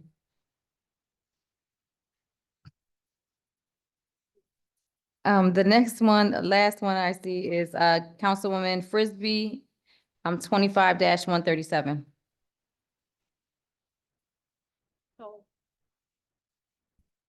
Thank you, Council President. You're welcome. Good evening. Good evening, Dr. Minicapelli. So I actually don't have a question on this. I just wanted to acknowledge this one. This is continuum care for those who are less fortunate, disabled, displaced, homeless families. And I really got, and as I was reading this, I was impressed by what is actually happening here. And I am hopeful that this manner will continue for our city, putting things in place such as this plan for them in advance, although I do not believe $45,000 is enough, but we will take what we can get right here. But I am glad that we're doing these proactive, putting proactive ventures in place, in motion, to do training for our departments, for assistance for internal and external staff, department grant administrations, protocols, policies and procedures, and the activities for development of the homeless services. That is to be commended. I wanted to just tell you that I appreciate what you're doing, what you've been bringing to your position. And I just want to commend you and ask you to just continue it. That was all I had with that. Thank you. Thank you. very much. Councilwoman Feliciano. Thank you, Council President. Director Minicapelli, just a quick question for you. We've been giving out COC money for quite a while, Yes. right? The training, though, aspect is new to this. Yes, it is. So just explain why you felt the need for us to do this now. I think it's great that we're doing it now, but again, we've been giving this money out for a minute, right? But why the need now for this? Well, it is necessary because we change the entire COC system within the city of Trenton has changed we have changed the teams. So it is necessary for them to have training, making sure that we follow HUD regulations, and particularly now that the leadership in that organization is changing. So we have to be on top of everything so we can create a good team and then give the services that we are supposed to give to our residents. Okay, thank you. And thank you again for all your efforts and everything that you've been doing to really bring that department up. It certainly shows and we appreciate you. Consent, thank you. Thank you. Thank you so much. Mr. Garcia, that was everything for consent agenda, I believe. All right. So, Madam President, with that in mind, if you'd like to Motion. motion for a consent to approve a consent agenda consisting of, and correct me if I'm wrong, resolutions 25-126, 127, 128, 129, 144, 145, 146. I believe We already did it. 147 was Was done already. not moved upon. In fact, Madam President, if you'd like to ask for a motion to table resolution 25-147 and 148. No. That was approved already. Oh, they were approved. Mhm. I'm sorry, they were approved collectively then? Yeah, yes. Those were the individuals that were absent. So they- 153 and 148 were absent. Oh, I'm sorry. 150, that's what I said, 153, yeah. And Wait, which ones was, I know it was. so 148 and 153 were not here, so And those are the two. 153. So extract those two. I'm sorry? We've approved 149, 150, 151, 152, Right. and 147. And 147. Yes. Okay. Okay. So consent, we'll pick back up on 154. 154. So the consent agenda, going back to continuing consent agenda 154. 25, 130, and 131, I imagine require a roll call. Yes.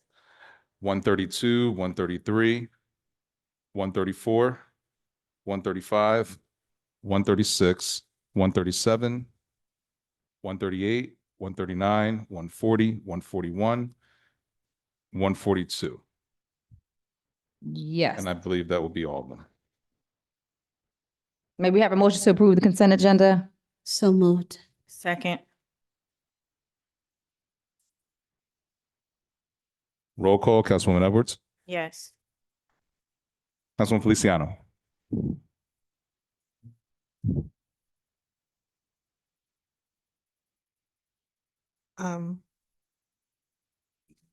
Yes, okay. I just want to make sure we took out the one about the thing. Yes, yes. Councilwoman Figueroa Kettenberg, Councilwoman Frisbee, Yes. Councilman Harrison, Yes. Councilwoman Williams, Yes. Council President Gonzalez. Yes. Motion carried.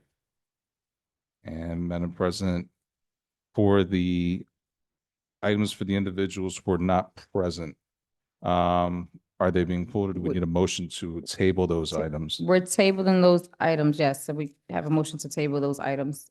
So that would Next be meeting. table 148 and 153, correct? Yes. Do we have a date? All right. So- And to the solicitor, do we have to do those individually or are we able to do them collectively? I'm sorry, are we able to do those collectively or do we have to do each one of those individually? The motion to table those two resolutions. Thank you. And Madam President, if you'll ask for that motion. Yeah, we're gonna have a motion to approve, motion to table, 153 and 148 until May 6th meeting. So moved. So second. Moved by Edwards, second by Frisbee. Roll call, Vice President Edwards, Yes. Councilwoman Feliciano. Yes. Councilwoman Figueroa Kettenberg, Councilwoman Frisbee, Yes. Councilman Harrison, Yes. Councilwoman Williams. Yes. Council President Gonzalez. Yes. Motion carried. And moving on, I believe, to. I'm sorry. Public. And no, Madam President, I don't see any any ordinances for first reading at this time. So if you'd like, move on to public comment. Yes, Mr. Garcia, you can move on to public comment. If I could have the public comment clipboard, please.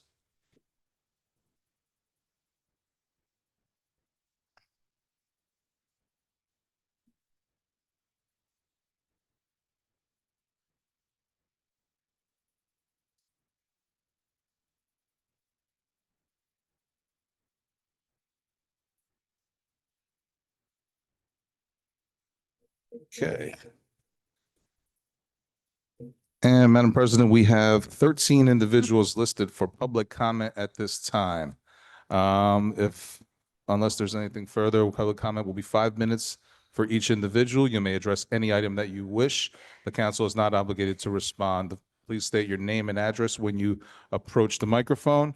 The first individual listed is, forgive me for this name, Hoen Lee. Thank you. So you said address and name, right? Yeah. Hoyne Lee, address is 170 Sayre Drive, Sayre,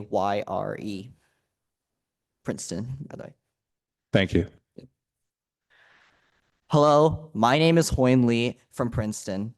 I've been doing outreach to community organizations in Trenton about ranked choice voting. And I'm here today to express my support for RCV in Trenton. I believe that RCV is not a radical change, but a better alternative that can compensate for the pitfalls of our electoral system.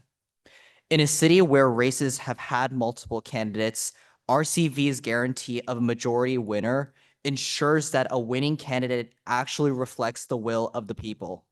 This will help address the issue of low voter turnout by generating a campaign where people will feel that their votes will be counted until there is a winner. And with every vote now holding greater importance, candidates will be incentivized to engage closely with their community and stress similarity over difference as well. RCV is a fundamental election reform.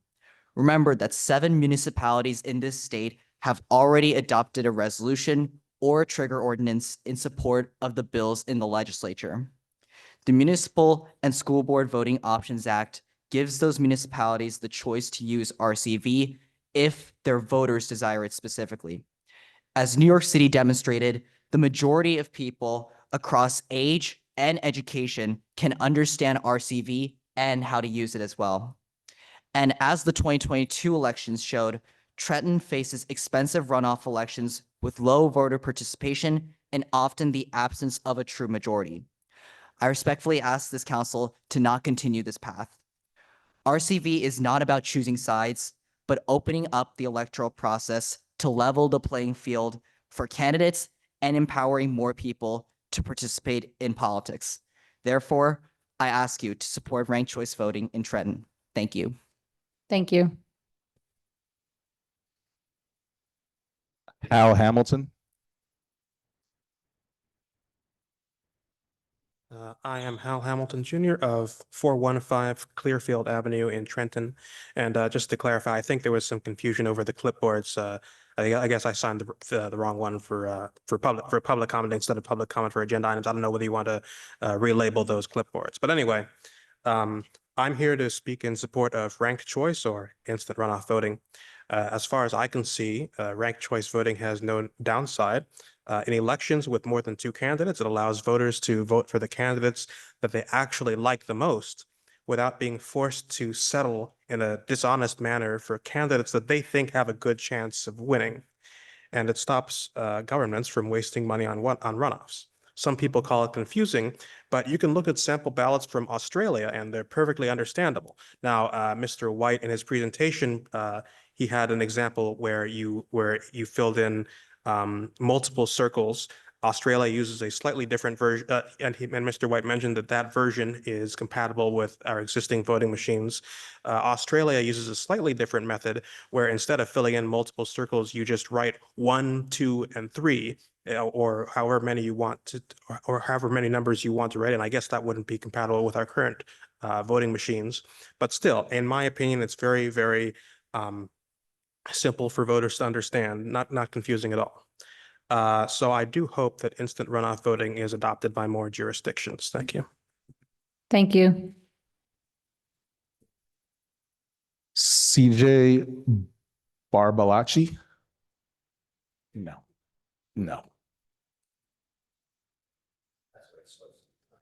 Is it? Oh, okay. Good. Good evening. My name is CJ Barbalacci, 901 Chestnut Avenue. First, I want to publicly acknowledge Councilwoman Figueroa Kettenberg. I was trying to get a tree cut down for 10 years.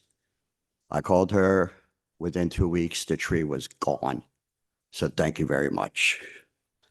My issue is with parking.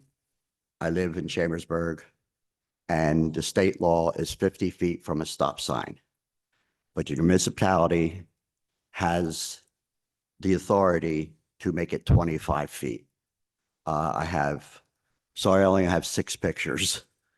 If you can show it. My vehicle is the third vehicle from the right. I'm parked in my driveway. And I got a ticket on April 3rd for parking in my driveway. Well, it's a state law. You cannot park in your own driveway unless the municipality changes it. So the women have the power, and Mr. Harrison, have the power to change that. If I'm to park 50 feet from the stop, they're all basically the same picture. And I'm going to need them back, so I have to give them to Camille Cromartie because I'm fighting this ticket. If I'm to park 50 feet from the stop sign, I live on a corner, I would have to be on the other side of my driveway. That's space for 3 vehicles. And it's almost impossible in the Chambersburg section, or really anywhere in the city. Oh, I got a lot of time left. So if the council can take it under consideration to revise, I think it's 39:4/138, to revise that to make it 25 feet from a stop sign and to allow parking in your own driveway. I talked to Michael Manning, and in Trenton, New Jersey, you cannot park in front of a private driveway unless you're the owner of the vehicle and the owner of the house. I talked to Michael Manning and he said that the parking enforcement officers they can't even tell who owns that car. So she just gave me a ticket. Just for 39 years I've lived there. I've never gotten a ticket for parking in front of my own driveway. So I'm going to fight it. My court date's in May, but you do have the authority to change that law, and I would appreciate it if you do. 25 feet from a stop sign, and let me park in front of my driveway. Thank you. And that's it. Thank you so much. So thank you very much. And I am going to need them back because Oh. I got to give them to Miss Cromartie. She needs it all in triplicate.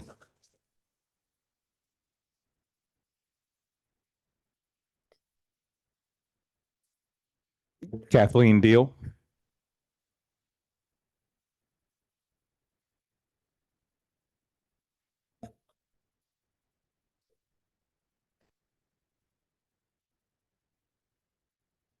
Good evening, council. Good evening. I'm Kathleen Deal. I live at 19 Greenwood Avenue. I appreciate Mr. Baum's presentation today. I came here to talk about the felling of the trees in Mill Hill Park and the implications with that. And Council Vice President made a good question to Mr. Baum when she asked about the procurement process. I'm a procurement and contract manager for the state, so I have a little bit of knowledge on the delegated purchasing authority and the OMB circulars that regulate procurement. So there is a violation if you split the invoices for delegated purchase authority and the OMB process. There is the city procurement person would be the person responsible for procurement. A contractor, unless it's dictated in the contract for them to subcontract out for certain services, it would fall on the city to be responsible for those actions. As far as Mr. Baum's presentation on the fact that the trees were marked, there was no communication to the public on those trees coming down. And one of my concerns is that those trees were quite mature, and the benefit of mature trees to the community, it ranges from helping to keep the evaporation of the water in the Assapink. It helps with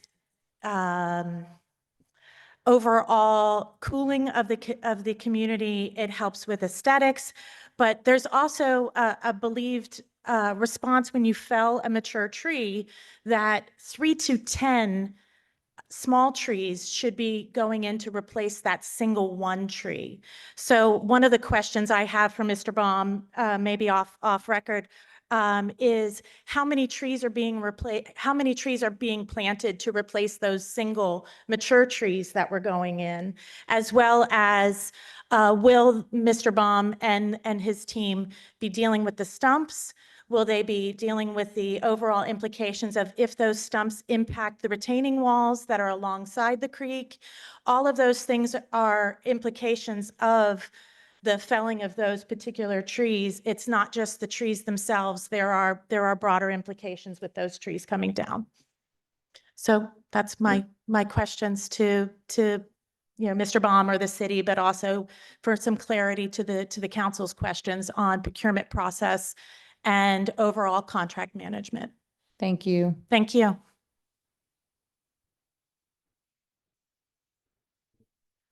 Yo Shiu Su.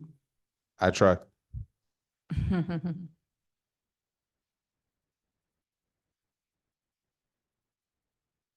Hi, hello. Sorry, my name is Yoshi. I live in Princeton, New Jersey. And I've been organizing with the tenants of the Kingsbury Tower on Cooper Street, Market Street.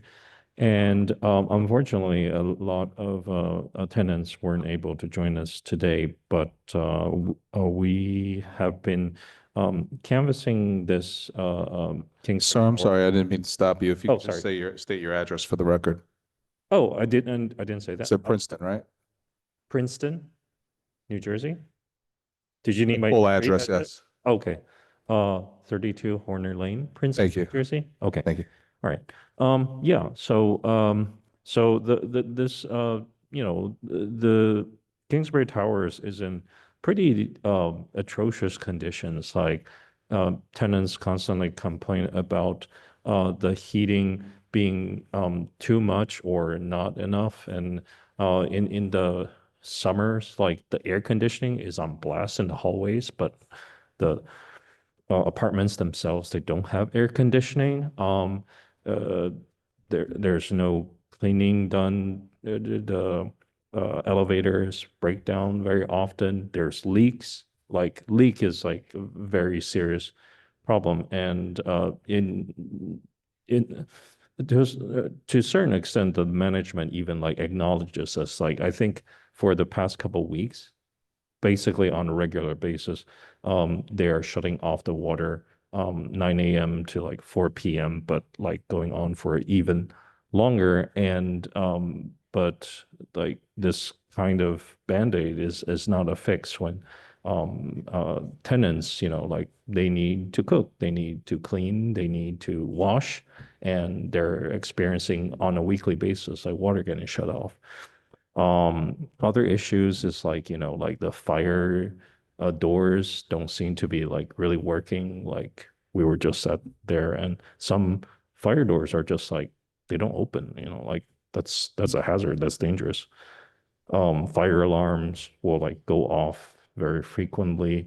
And because it goes off so frequently, you have no idea if this is an actual fire going on, and you're concerned about the safety of your family, your friends, your neighbors, you know.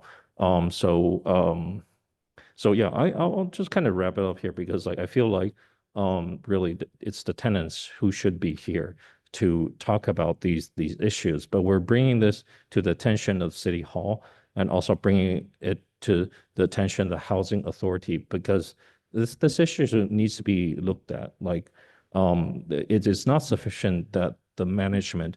I think Wynn Residential is one of the management for Tower 2. Yeah, I think it's like Tower 2, and they're like doing renovation for the empty units, but they're not addressing the existing concerns. And tenants should have the dignity to live in living decent housing. And I mean they're paying rent, and then like they're living these um really horrific conditions and just trying to like, well, there's nothing to be done. So like I'm gonna try to get out here, but to where, right? Like you can't really find decent, affordable housing nowadays. And um yeah, I think that's like pretty much it. So I don't know if this is a space where like maybe City Hall or Housing Authority is able to respond to some of these concerns.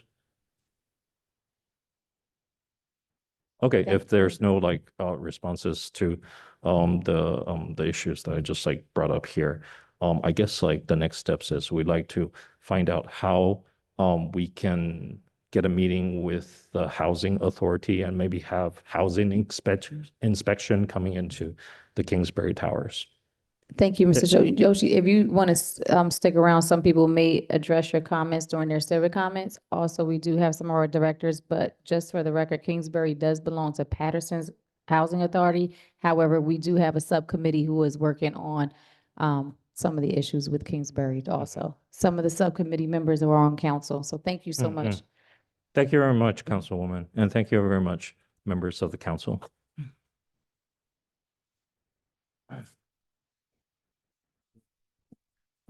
Victor Rosari.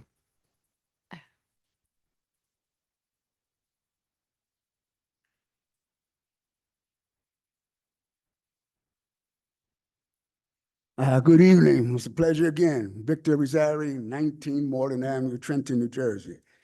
My concerns usually is the drug war, Ronald Reagan, right? I mean, not Ronald Reagan, excuse me, what I call the Great White Owl, and I added to it the White Buffalo, Trump. He's declared the cartel, Mexican cartel, as a terrorist group. And also lately, I realized, he also declared some type of war, drug war on immigrants, gang members. They're being sent out the country. There's a drug war that's been going on, the silent drug war, which is an illegal drug of 1971, initiated by Nixon. It's still going on. And I am really disappointed with people of color in this country who are born in this country and do not take advantage of the opportunities provided by this country through the legal system, that is the voting rights and so forth. We can blame a lot on the white man back of the 30s, 40s, or 50s, and when they're thinking of when they came over on the Mayflower and not the ship called Jesus of 1555. And that mentality of slave mentality, of course, it still goes on, what is called, considered white supremacy.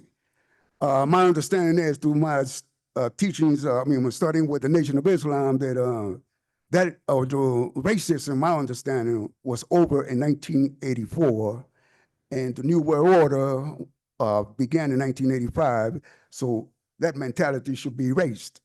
My point is that we, people of color right now, statistics that I was studying Malcolm X, and he said, in a group, I said, well, back then, 11% African Americans, only 3% of them voted, and that's because they want to integrate. All right, that's the idea of America, why America is considered an experiment, what I consider reality, but an experiment. All right, it's an experiment. And that experiment allows us to further make this country the closest thing to heaven, possibly through, of course, education, enlightenment, philosophy, but mainly with the Bible and the Quran, the Bible. Back to the drug war, I see that according to Drug Policy Alliance, drug arrests in this country, it's a leading country that nearly 1 million arrests are made for drug laws violation each year.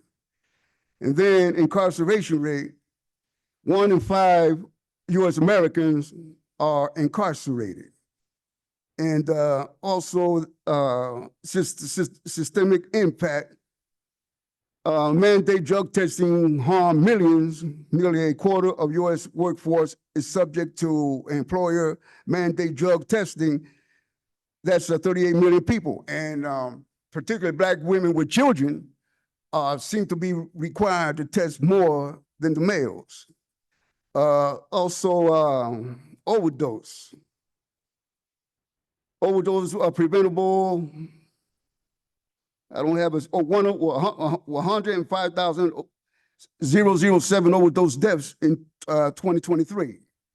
When it comes down to, let me see what else. The financial impact. $47 billion was used on average every year to fight the drug war. And then also 3.3 is also used on, along with that, 3.3 is used for the DNA officers keeping the job, funding the Drug Enforcement Administration, DEA, 2024, fiscal year 2024. And one more, I believe, is here that I'd like to share.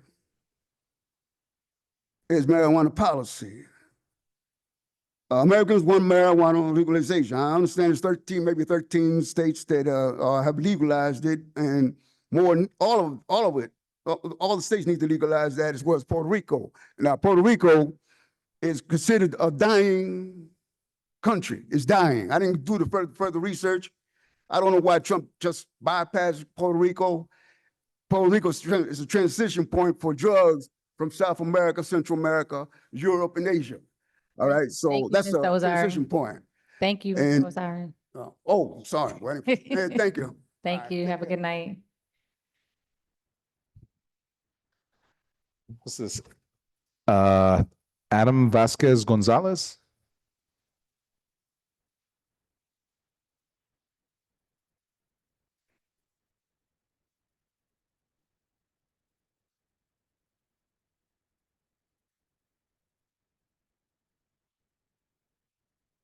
Hello. Yes, that is correct. My name is Adan Vasquez. I live in 354 Newkirk Avenue, Hamilton Township. I'm quite disturbed at many things that has led me to come here and speak, that unfortunately I have to put aside and focus on the water shortage that happened on April 12th between the hours of 9 a.m. and 10:11 p.m. for most of the tenants in Kingsbury Towers, as that is the most relevant. I want the city to council members to listen to my words. This is unprofessional. This is abuse. This is exploitation of people in Kingsbury. Management seems to get away with whatever they want, be it harassment, cutting water and heat. I understand that management made it known through flyers stating that the water will be cut off from 9 a.m. to 4 p.m. They've lied. I have testimonies from tenants that I requested for one of them named Yuri to speak on her behalf. When I spoke to Yari about her situation, she said the water was shut off in my unit. The water was shut off. There was no heat as well. For some parts of my unit, water wouldn't return until 10 a.m. I remind you that the flyer said 9 a.m. to 4 p.m. Yari didn't have water in her utilities for more than 24 hours. Most tenants didn't get their water back until 11 p.m., almost 14 to 15 hours. The people couldn't bathe, couldn't use the toilet, the tub, couldn't cook, couldn't wash and clean, couldn't drink water. I want to see the city council members and housing authority to penalize the Kingsbury management, that they cannot keep getting away with this. If you do not penalize them, they will be incentivized to repeat these mistakes. That is all. Thank you so much.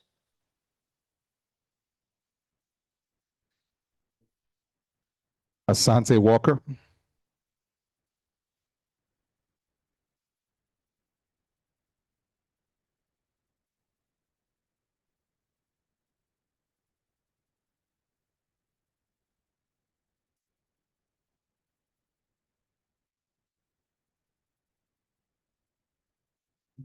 Good evening, members of the City Council.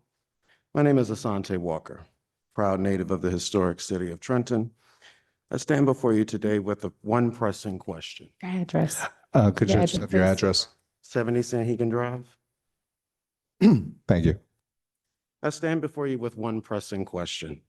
When will the Black agenda come first? Today, I present a proposed bill for your review and passage titled the African American Justice Bill. Excuse me, I'm just a little nervous.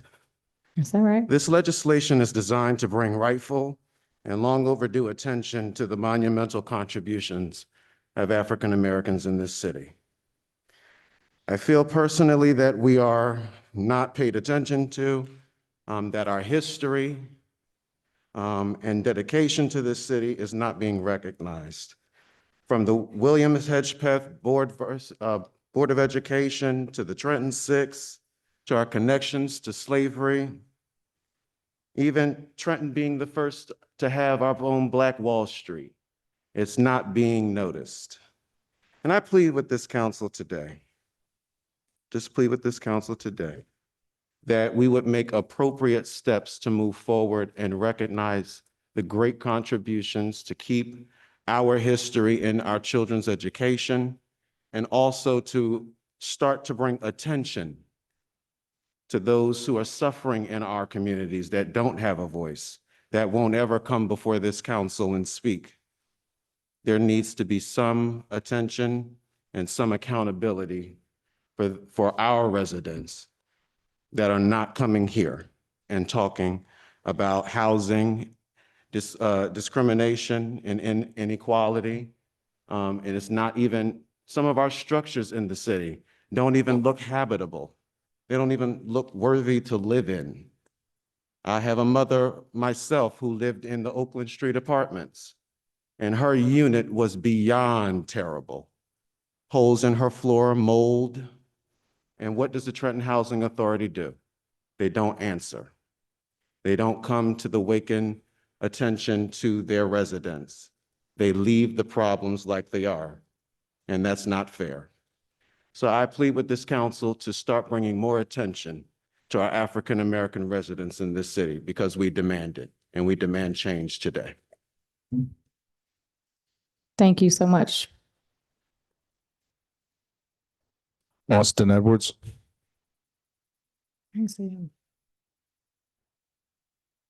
Robin Vaughn.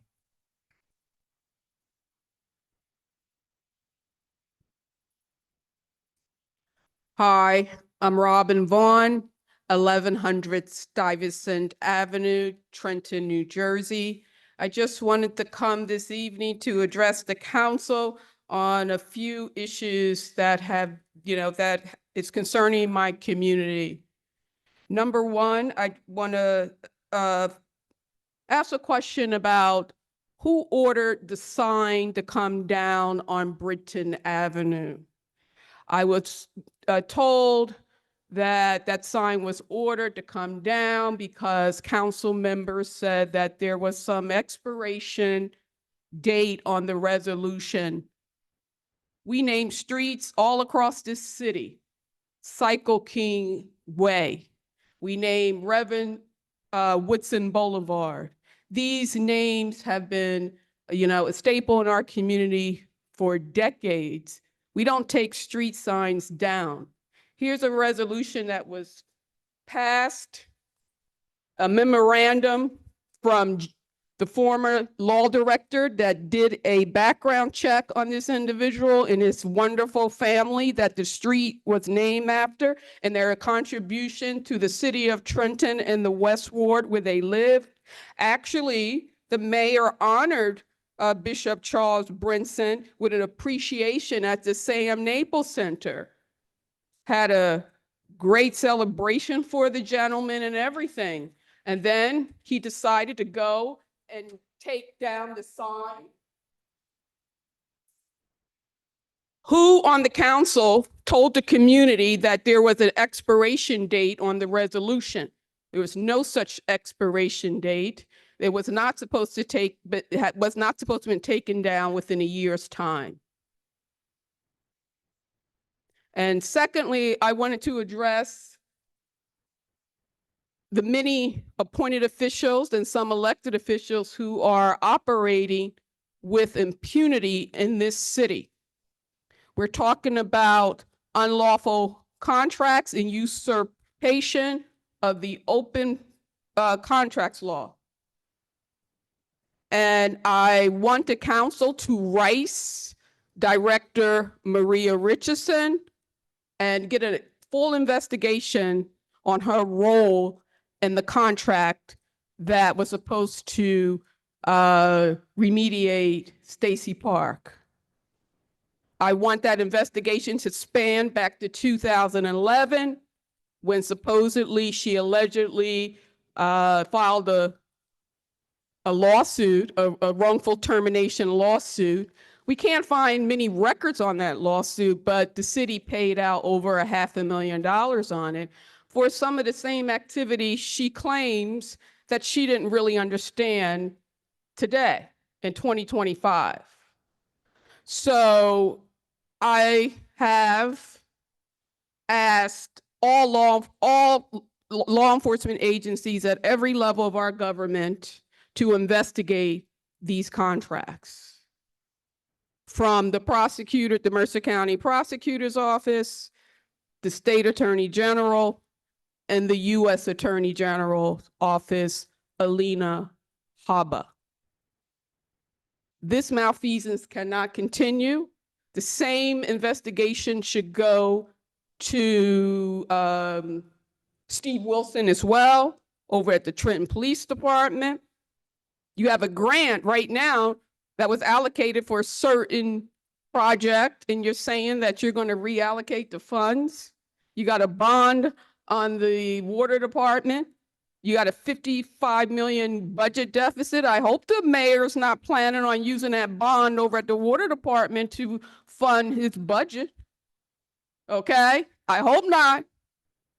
So Trenton Waterworks have to remain self-liquidating, and it should not be fleeced to cover the shortfalls of this city budget. So where's the mayor going to get that money? He can't go to the school district. He can't go to the housing authority. Where is he going to go? But I just want to encourage the council to do your job. Rice these directors. They're operating with impunity. Rice Maria Richardson, fire her, and do the same thing for Steve Wilson. And I land my plane. Thank you. Thank you. Eric Gaskin.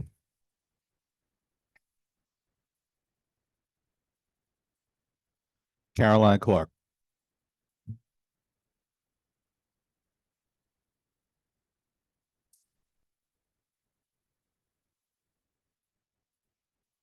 Good evening, council.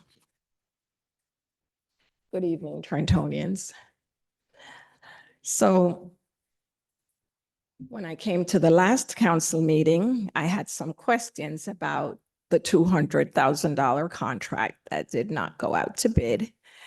And Councilwoman Edwards directed me to the March 18th YouTube recording of council meeting. So I went and I listened and I watched that council meeting. Ms. Clark, And, could you yes. just state your address, please? I apologize. It's 1812 Riverside Drive. So after watching that video, I have more questions than I had before I came last time. So I just sat here, but my first question is now moot because council just passed a resolution authorizing the illegal contract. So my concern is that there was not one single one amongst you who thought you should not approve that contract.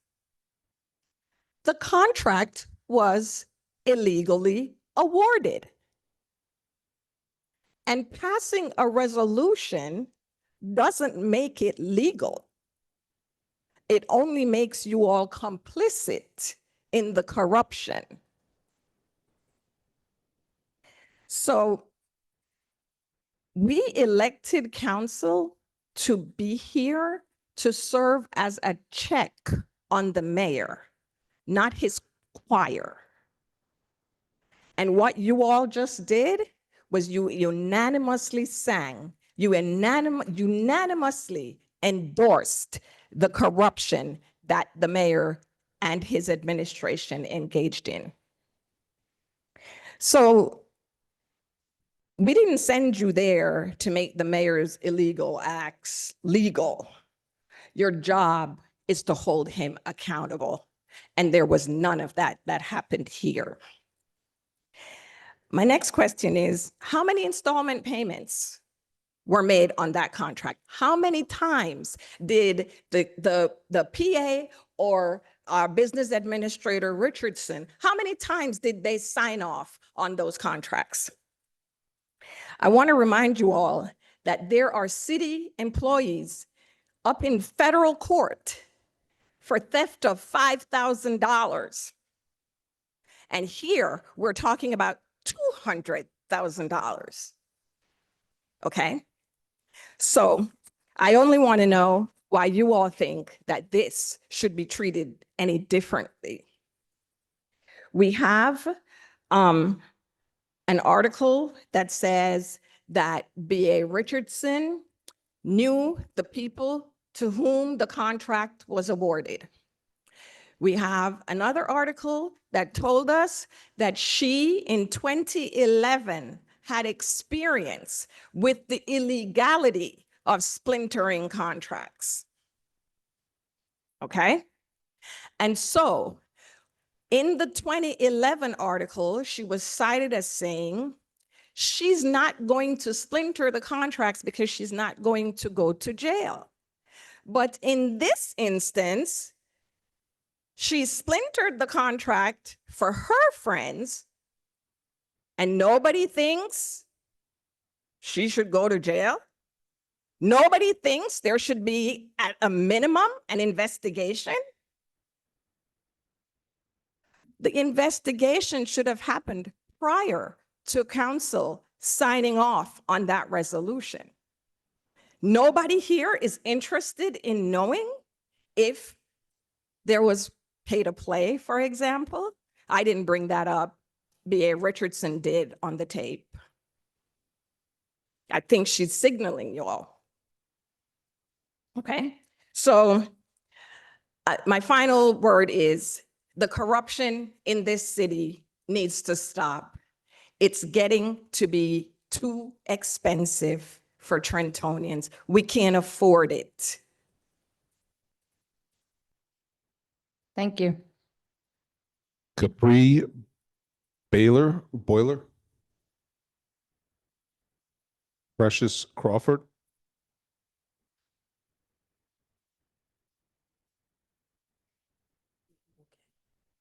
Hi, I'm Precious Crawford. I live at 128 Mercer Street. I am here for the safety of Trenton. I am speaking on the safety of Trenton. As a mother in this city, I just want to, and let me congratulate, I see all the nice parks and I am in love with it. Taking my kids to the park, I want to know that my kids are safe. I see I can get tickets and I see that we got good jobs. I'm happy about that too. I'm coming up here happy. But I do want to know, what are we going to do in these parks in the summertime when we already know how dangerous our city is? The same way that we have parking authorities that can come and give us tickets, are we going to have park authorities? We're going to have somebody in those parks to make sure that I'm safe with my kids in that park. Any park, not just Cowwater, not just Mill Hill, but I want to be able to go, I call it Hetzel's. I'm trying to think of the East Trenton Park. I want to be able to go to any park in this city when I go to Cooper Park and say, oh, you know what, this is a nice park. I like to see this ride. Come on, let's get on here. Are we going to be safe? Because just the tragedy that happened this week make me feel unsafe. I know it have nothing to do with y'all, but I know it has everything to do with this city, with the policing in this city. If our police presence was here a little bit stronger, I heard Councilwoman Williams asking, just can we get one-on-one? Because a lot of people don't want to be seen in public because they're scared. It's frightening as a parent in this city that I cannot walk in this city to take my kids downtown. That is frightening, but I can drive in this city that has no parking and get a parking ticket when I come out of a store trying to feed my kids. So I'm just trying to see if we're going to have the same way that we have put in parking authority, and I'm glad that it's getting money for the city. I know I didn't pay enough of parking tickets in the city just being on my street. So I understand I don't have a driveway to pull into. I just get the ticket and just say, whatever, I'm gonna pay it. I just say it's gonna go there. But for our children, I should have been here for the last meeting that I just seen up on the thing I wasn't aware of for the school. Our kids need to be safe. Our kids need to feel safe. I heard, I'm not sure about the what's the word I'm looking for? They were giving counsel to the kids because of the young girl who had passed with her mom. I don't know if it's just that school or is it all schools, but everybody is scared because everybody didn't heard of it. So I don't think it's just one school because that's the kid school that's the school that the kid went to. I think it should be all schools should be having some type of counsel besides guidance counselors that's always there, that's overworked. They need somebody to come and talk to and say, you know what? I'm scared. These things are happening at home and I'm also scared. So that's my thing about and I heard about the summer programs and I'm still looking forward to that, to knowing where I'm going to be able to put my kids at in the summertime, because as working moms, we need somewhere to be able to put our kids. And it's not a safe, I don't feel safe to sit down and say, I'm gonna leave them here and it's so much going on. I just want to address the safety of our city. That's what I came to say. Thank y'all all for being here. Thank you so much. And Madam President, those are all the individuals I have for public comment at this time. If it's your wish, you can move to civic comment. Yes, please, Councilwoman Williams, please. Thank you very much, ma'am. So the first thing I just wanted to say, as Ms. Crawford just mentioned, it's been a very rough weekend to say. So if we can keep particularly Malika Whiting, the mother of Jaira Biggs, who is only 13 years of age. They were both murdered this past weekend. Please keep them and their family, rest of their family and their friends in your thoughts. And we will hope that we can prevent acts like this in the future. And I know the city is actually, to your point, ma'am, offering counseling, and I have an announcement to make. Thank you, Dr. Minicapelli. So due to the traumatic events that have been happening in our city recently, the Department of Health and Human Services is offering counseling at the Jenny Stubblefield Senior Center located at 301 Prospect Street. It will be tomorrow night from 5 to 8 p.m. There was also offered this evening from 5 to 8 p.m. Transportation can be provided to folks by calling 609-989-3463. That's 609-989-3463. And Mercer County, a therapist will be available for support services from the county. So please share that information with folks. It's really important. So I'll try to be as efficient as possible. So coming up with dealing with crime issues, I'd like to invite everybody, if you please spread the word, we have our North Ward Citizens Police Advisory Council meeting in 2 nights. It's going to be at Galilee Baptist Church, 440 Martin Luther King Boulevard, from 5:30 to 7, it's 5:30 to 7 p.m. We're blessed to have our new Mercer County prosecutor, Judge Janetta Marbury. She took office just earlier or this year. And she will be talking about what the prosecutor's office does, offering information. We can ask questions. Also, the Trenton Police Department will be there, the community relations team that we spoke about earlier. Fire department's also in attendance to talk about concerns from the fire department, as well as the Trenton Community Street teams who do much in the city. So please join us if you can this Thursday night. And then next month, we'll be going back to our usual third Wednesday of the month meetings.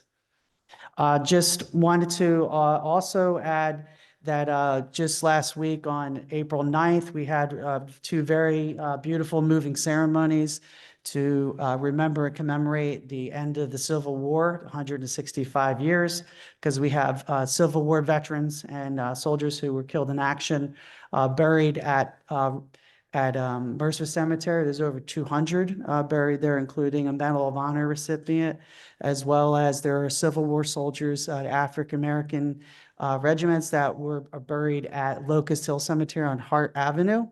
So there's also Civil War veterans buried at Riverview Cemetery. So hopefully going forward, we can make April 9th, the end of the Civil War, an annual commemoration in Trenton, since we have so many, and we can include and maybe alternate the different cemeteries each year, as that's really, really important for us to remember our history, as was spoken earlier. Also, I wanted to mention the issue of Kingsbury. Look forward, I'd like to catch up with Mr. Shin and Mr. Vasquez in a bit, because we have been doing a lot to try to help that situation in the past 2 years of renovations, but I'd like to hear about the current problems you spoke about later. As the North Ward Council person, I look forward to chatting with you. Additionally, I've been getting some complaints from constituents about the conditions of our taxis, as well as the taxi system in form of payment. We need to work with the administration, because some of the drivers are not accepting credit cards or debit cards, and some of the drivers, their conditions of their vehicles are in poor shape. So we need to make sure that that is not occurring, because Trentonians deserve a fair and safe ride, no matter where they're going in a city. And they also, we need to make sure they're not being refused service because of their destination. Because a lot of Trentonians do rely on taxis every day because of parking issues and because of the expense of those items. So finally, I just also want to address parks with, what Ms. Crawford spoke to earlier. If you can maybe at the end of the meeting, speak with Mr. Harris, he's in charge of our parks. But, and maybe you can share your views further with him, but also he can give you some more information on what's planned. Our parks are very safe. I can tell you, George Page Park, which is in East Trenton, is a good, safe one to go to. We have some great things happening. Hetzel Park, Hetzel Pool and the field, working on baseball there. But Hetzel Pool is a phenomenal pool for your children. I was there last summer, so please make sure you bring them. We have excellent lifeguards, city residents, so it's all things that you can enjoy and safely enjoy. And I look forward to chatting with you. Thank you, and God bless everybody. Councilman Harrison? My prayers go out to the Whiting and the Biggs family. Just to hear that what happened, it just should break anybody's heart. Just so sad. Violence is never good, the city needs healing, truly does. Like to thank the director, Minipelli, the animal shelter he had. They gave out, I think it was 100 plus to the dogs and cats food at the animal shelter. Wonderful event. Thank you so much. And I'd like to thank all the new Animal Welfare Advisory Board members. Thank you for stepping forward and stepping up for this great city. I appreciate everybody on this council and everybody for coming out. And let's continue to work to move the city forward. Thank you. Thank you. Councilwoman Frisbee?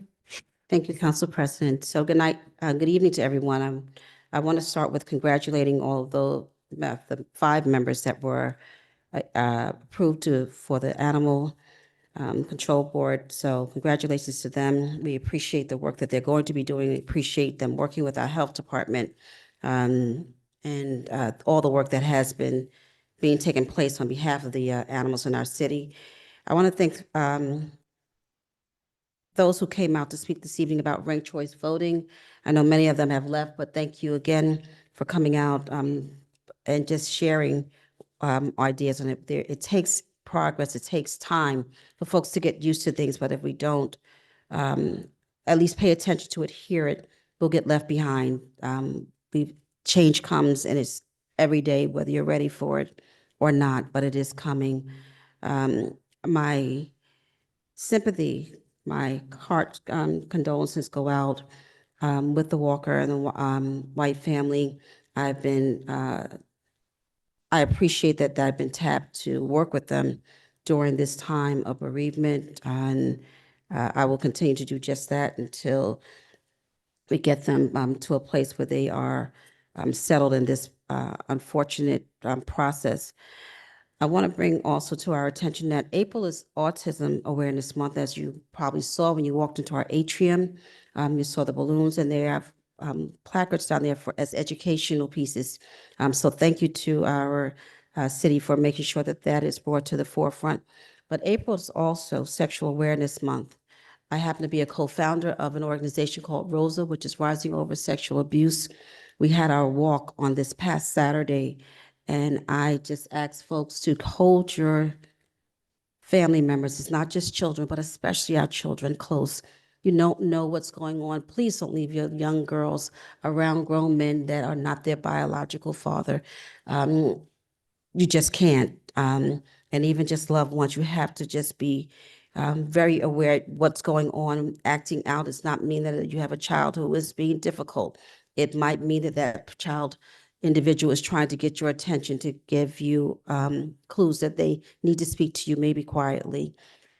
I wanted to address the many concerns that came to us this evening about Kingsbury. We've been working with that project for quite some time now, and it's disappointing to hear what is transpiring, that has been allegedly transpiring. And so that is something that we will bring to the attention of those who we meet with during the month. Please don't think that that has fallen on deaf ears. We will take that up with them. Ticketing in our city, in our community, is a thorn. We are just we've got to get a balance. We're doing great that we are bringing, we're trying to get the city in order so folks are not parking just anywhere when they want to, but we also have to get balance where the residents don't feel like they can't park anywhere. They don't want to come out because of the fear of coming out to a ticket.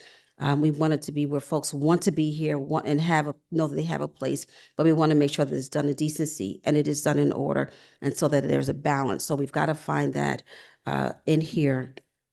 I wanted to say to Mr. Asante Walker, he left here, but I did want to thank him for giving us the folder with his Black agenda. I will be sure to read it and share. I like to just see what his views are. With that, I want to thank everybody for coming out, especially our directors. I want to thank all of you who came out to just be here, voice your opinions. Thank you for being here, each and every one of you. Thank you to DCA, our law department, our administrators right in front. Thank you all for being out here this evening. And I did not address our parks. And yes, parks should be safe for our children at all times, no matter where they are in our city. Every park, every child deserves and has a right to be safe. So thank you for bringing that to our attention. Part of our city's mission statement is recognizing that the people of Trenton have made us guardians of the public trust. We are committed to govern with integrity and fiscal responsibility, to seek excellence in the city's operations, and to serve all the city's people with respect and compassion. Thank you, and everyone get home safely. Thank you. Councilwoman Figueroa Kettenberg. Thank you. Good evening, everybody. Just want to say it's good to be back in person. I've been away for a time. I had a little baby boy. With that, I do want to give my condolences to the family that just had the recent tragedy. I'm a first-time mother, and bringing a child into this world, you kind of think of things differently. They make sense in a different way. So I really want to express my condolences to that family and to that 13-year-old who just lost her life. I want to say that there was a statement made about the parks today on social media, and I want the public to know that parks is just a part of the improvements that we're trying to make in the city of Trenton. It's just one fragment of so many other pieces, and we are really trying to be as innovative as possible to improve quality of life in Trenton. We have to think about that, and it's steps that we're taking as we move forward. With that, I'm really excited that Cooper Park in the South and North Ward will be getting new basketball courts and other upgrades, and I'm really, really excited about that, as well as all the upgrades that have been happening. Our children, they need this. They need these recreational outlets. And yes, we need to work on the safety of our city, absolutely. But our children still need somewhere to go to be kids. We all have that, and we need to be able to afford that to our children here in the city. I want to commend the administration. There was an email sent to all of council and the administration on Sunday about an illegal tire shop. Apparently, there's a lot of these popping up in the city. The city took strides, and a citation went out to the shop owners, and the shop is shut down. So I really appreciate the city working very, very quickly to get that taken care of. Today is Tuesday. That was just on Sunday. A couple of quick announcements. Trash for the South Ward. All of your trash will be picked up on the 19th. That is Saturday. So please clean out your basements, clean out your lots, clean out your homes. Pretty much anything that you want to get rid of, put it out on the 19th. That is trash day for the South Ward. I'm bringing back the South Ward CPAC meetings. First meeting will be on the 24th of this month at 335 Adeline Street, the old St. Mary's Bingo. Please come out. I will have the police director there, and I will also have Parks and Recreations director and our Public Works director there to answer all questions for those that want to come out and want to express your concerns. Also, the South Ward Neighborhood Association and Empowerment House is having a neighborhood cleanup on the 26th. That is Saturday. That starts on Lamberton and Federal Street. So please, Lamberton and Furman. So please come out if you're not doing anything and you just want to assist. Trenton Knights and Trenton Baseball. Trenton Baseball is having their opening day on the 26th. And Trentonites had theirs this past Saturday. So really excited about the start of the baseball season. With regard to ranked choice voting, again, I fail to see the value in it. I don't think it's something that we are prepared for and ready for here in the city of Trenton. I think that it takes more time. It's going to cause delays. There's more room for error. And I think when it comes to candidates, you know, you need to secure the one person that you want to be in a position, and that's where you need to, that's the person you need to vet, and that's where you need to vote. I fail to see the value in it. I don't think we're ready for it at this time. Given that, thank everybody for coming out, and I wish you all have a wonderful evening. Thank you. Thank you, Councilwoman Feliciano. Thank you, Council President. Good evening, everyone. Thank you for coming out tonight. Thank you for expressing what it is that you had to say to those that came forward. Please know that your words did not fall on deaf ears at all. I do want to give my condolences to the Whiting and Biggs family about the tragedy that happened. I do want to say that, and to the family, the friends, the loved ones, the educators, the classmates, everyone that has been touched by this tragedy that has hit our city. So my heart goes out to that family, as well as all other families that have suffered a loss in our city. I want to say two things. With regard to the park insecurity, I spoke to Interim Director Harris when we opened up, when they did the ribbon cutting at Wetzel Park the other day. And we talked about that, right? Because we were like, this looks nice and everything, but what y'all gonna do to make sure that these parks are kept right and are safe? And he assured me that there will be park security on site at the various parks, at the different parks, right? So they will have park security on site at the park. So we are grateful for that. I want to shout out Dr. Manicapelli and your wonderful staff for the work that you continue to do. You got those dogs out of Yardley, you got them down in Columbus.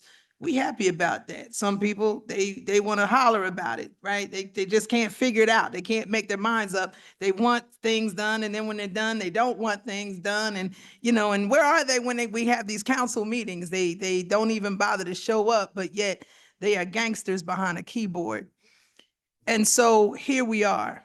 They'll call me petty. They'll say, why did she say that? Because I can. Because I can.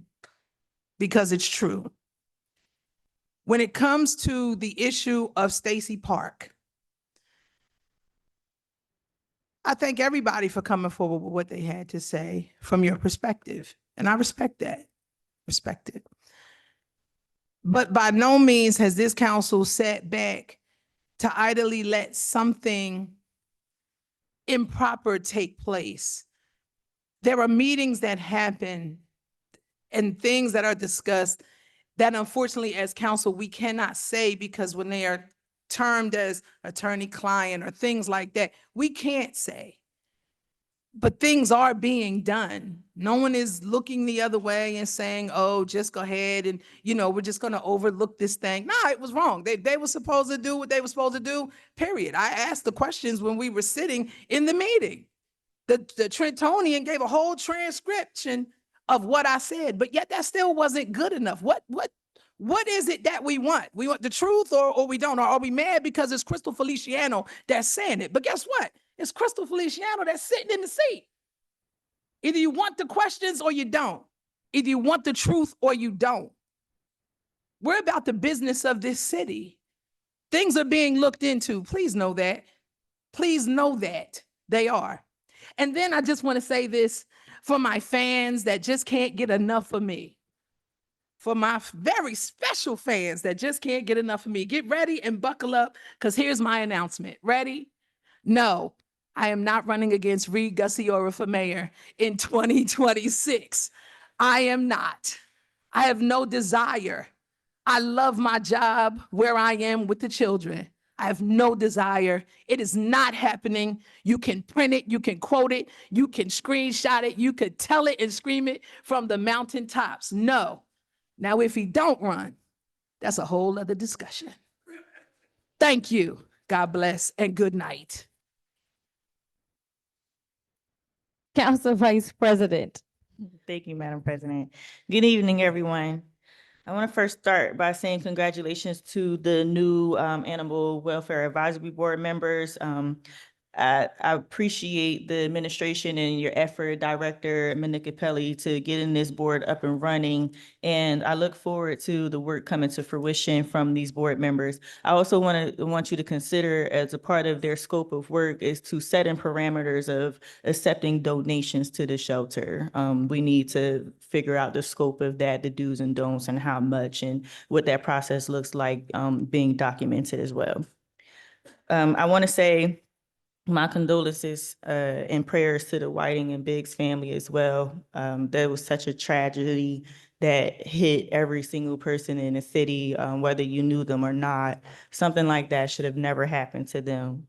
And on that note, I want to say, in regards to the mental health services that the city provides and that other organizations within the city limits provides, to consider expanding these services to all schools, as was said earlier, but not just all of the schools, but the churches and at home as well, because there are a lot of things that happens in these homes that people do not know about. So we have to put boots on the ground and start knocking door to door and doing welfare checks on our people, especially for those who, are exhibiting signs of that type of behavior.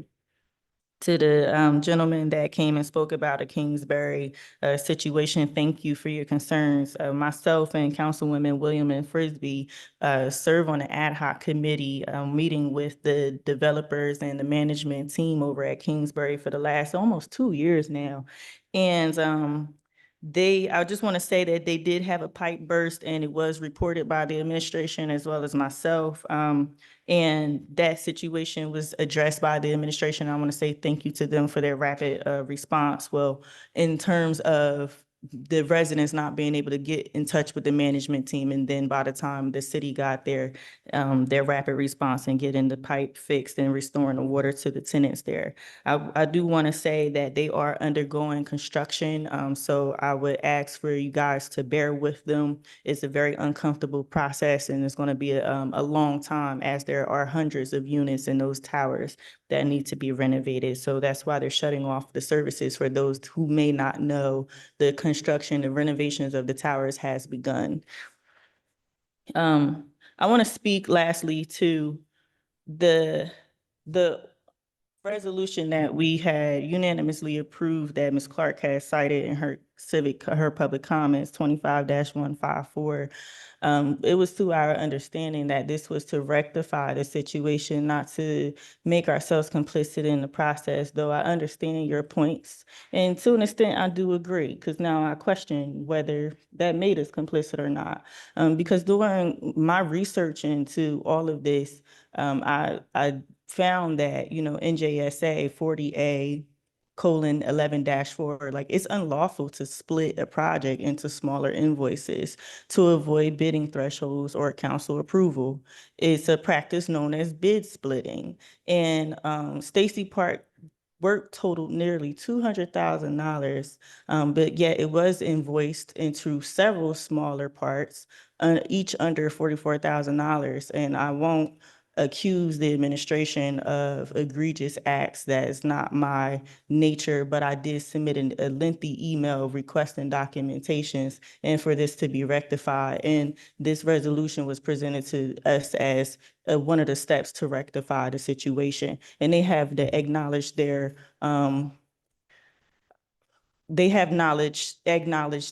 they may not have followed proper protocols due to past practices, but since are, putting themselves in a position to rectify it.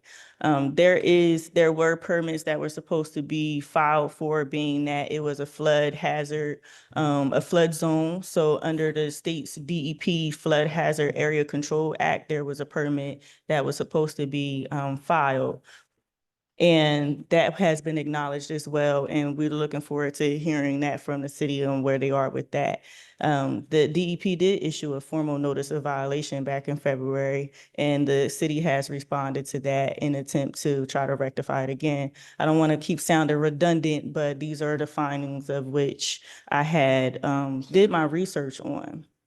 And we did acknowledge that the administration does have a consulting company who appeared here tonight, who typically they did reach out to work with during these processes, but it is disappointing that they didn't do that this time. But I'll leave my comments there, and I'll have some future comments down the line. Thank you and have a good evening. Thank you, Council Vice President. Thank you, everyone, for being present. If I could just ask for us to have a quick moment of silence for the Biggs and Whiting family. And also, there was another young person who passed away in first grade due to an illness.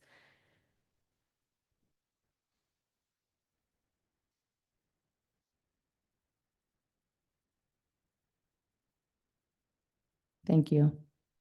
So definitely the prayer is going out to all of those families. As stated earlier, there are those crisis teams have gone into several schools, not just that one particular school. I know that was, you were asking about that, but they are, and I think for now it was like 6 different schools just because of the impact of where the mother works, where, you know, the child went to school, where she previously went to school. So everyone has been around, and a crisis team does come to any one of our schools if it's needed. If someone calls and says a child needs some type of assistance, they will send a team out to that specific school. But I do know it was more than one school that they arrived to for counseling sessions. And just to that point, you know, just we got to definitely check on one another, make sure that, especially our men, you know, make sure that men know that it's okay to ask for help. It's okay to seek counseling. And oftentimes men are taught not to cry and not to show emotions as kids. And so that way, we just got to make sure that they feel comfortable enough to do that, not excusing anyone's behavior, but we just need to be able to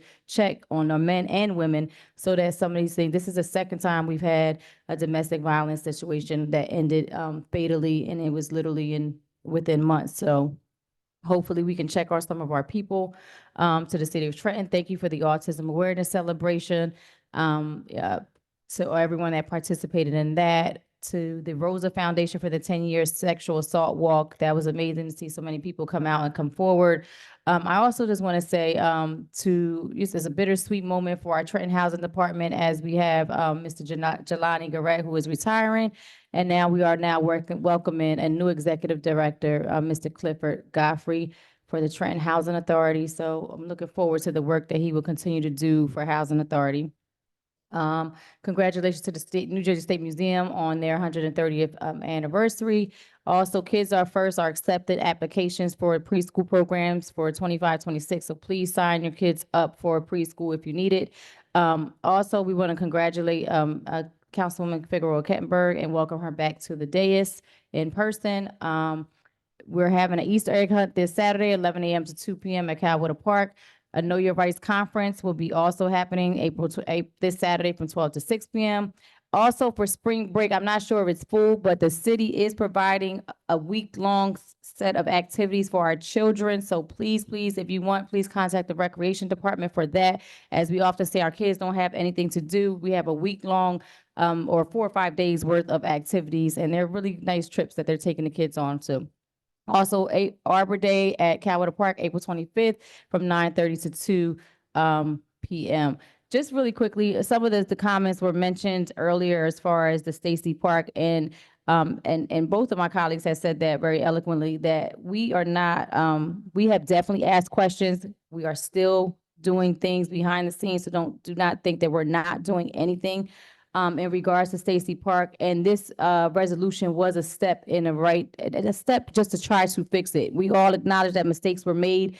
Now we're just trying to take the proper steps to ensure that, and I'm confident to know that they will, and us too, as council members. Now, this was a learning curve for everyone involved. So now we know what to ask prior to projects being done and things not to ask. So we're definitely working and we're learning as we go, but just know that that was just a step in trying to correct that situation. As far as Kingsbury, thank you for bringing those concerns to us. I do know that I think I misspoke because it's a privately owned building now.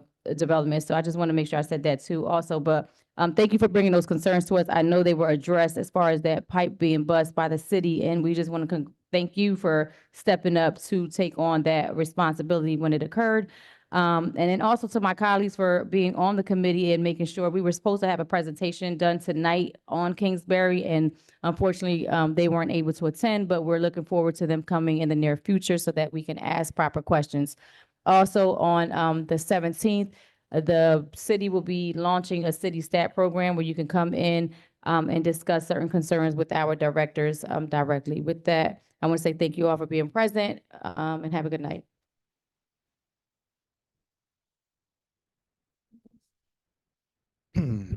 Okay, Madam President, if you'd like at this time, you want to ask for a motion to go into executive session. Can we have a motion to go to executive session? So moved. Yes. Do we have a, Yes. yeah, Yes. I think so. Okay. I'm sorry, I had a motion and a second. I apologize. I will take the roll call now. Vice President Edwards, Yes. Councilwoman Feliciano, Councilwoman Figueroa Kettenberg, Councilwoman Frisbee, Yes. Councilman Harrison, Yes. Councilwoman Williams, Yes. Council President Gonzalez. Yes. Motion carried. And to the solicitor, do we anticipate a vote coming out of executive? Yes. Yes, we do anticipate a vote coming out of executive session.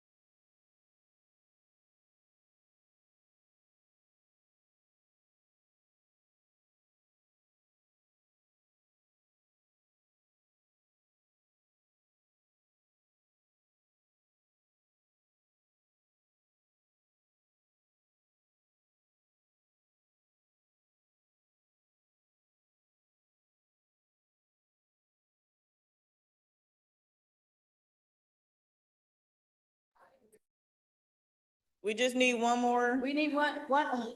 No, we don't. Jennifer. Yeah. All right. We need her to come up here. That's why I was trying. Y'all, yeah, y'all better. And Council President, could I ask for a motion to come out of executive session, please? May we have a motion? So move. Second. Right, thank you very much. I forgot. All right, and for resolution 25-130, resolution authorizing the settlement of a workers' compensation claim in the matter of Frank Guido versus the city of Trenton, claim petition number 2014-21305 in the amount of $150,000, including attorney fees and costs. Council President, if it is your will, may I please have a motion? May we have a motion to approve? Thank you. Second. Second, thank you. All right, and that's a first from who? I'm sorry, say that again. Who did the first? Oh. All right, I'll go down the board. Council Vice President Edwards? Yes. Councilwoman Feliciano? Yes. Councilwoman Figueroa Kettenberg? Councilwoman Frisbee? Councilman Harrison? Councilwoman Williams? Council President Gonzalez? Yes. Motion carried. Motion to adjourn? No. All say aye. Aye. Meeting adjourned. Thank you very much.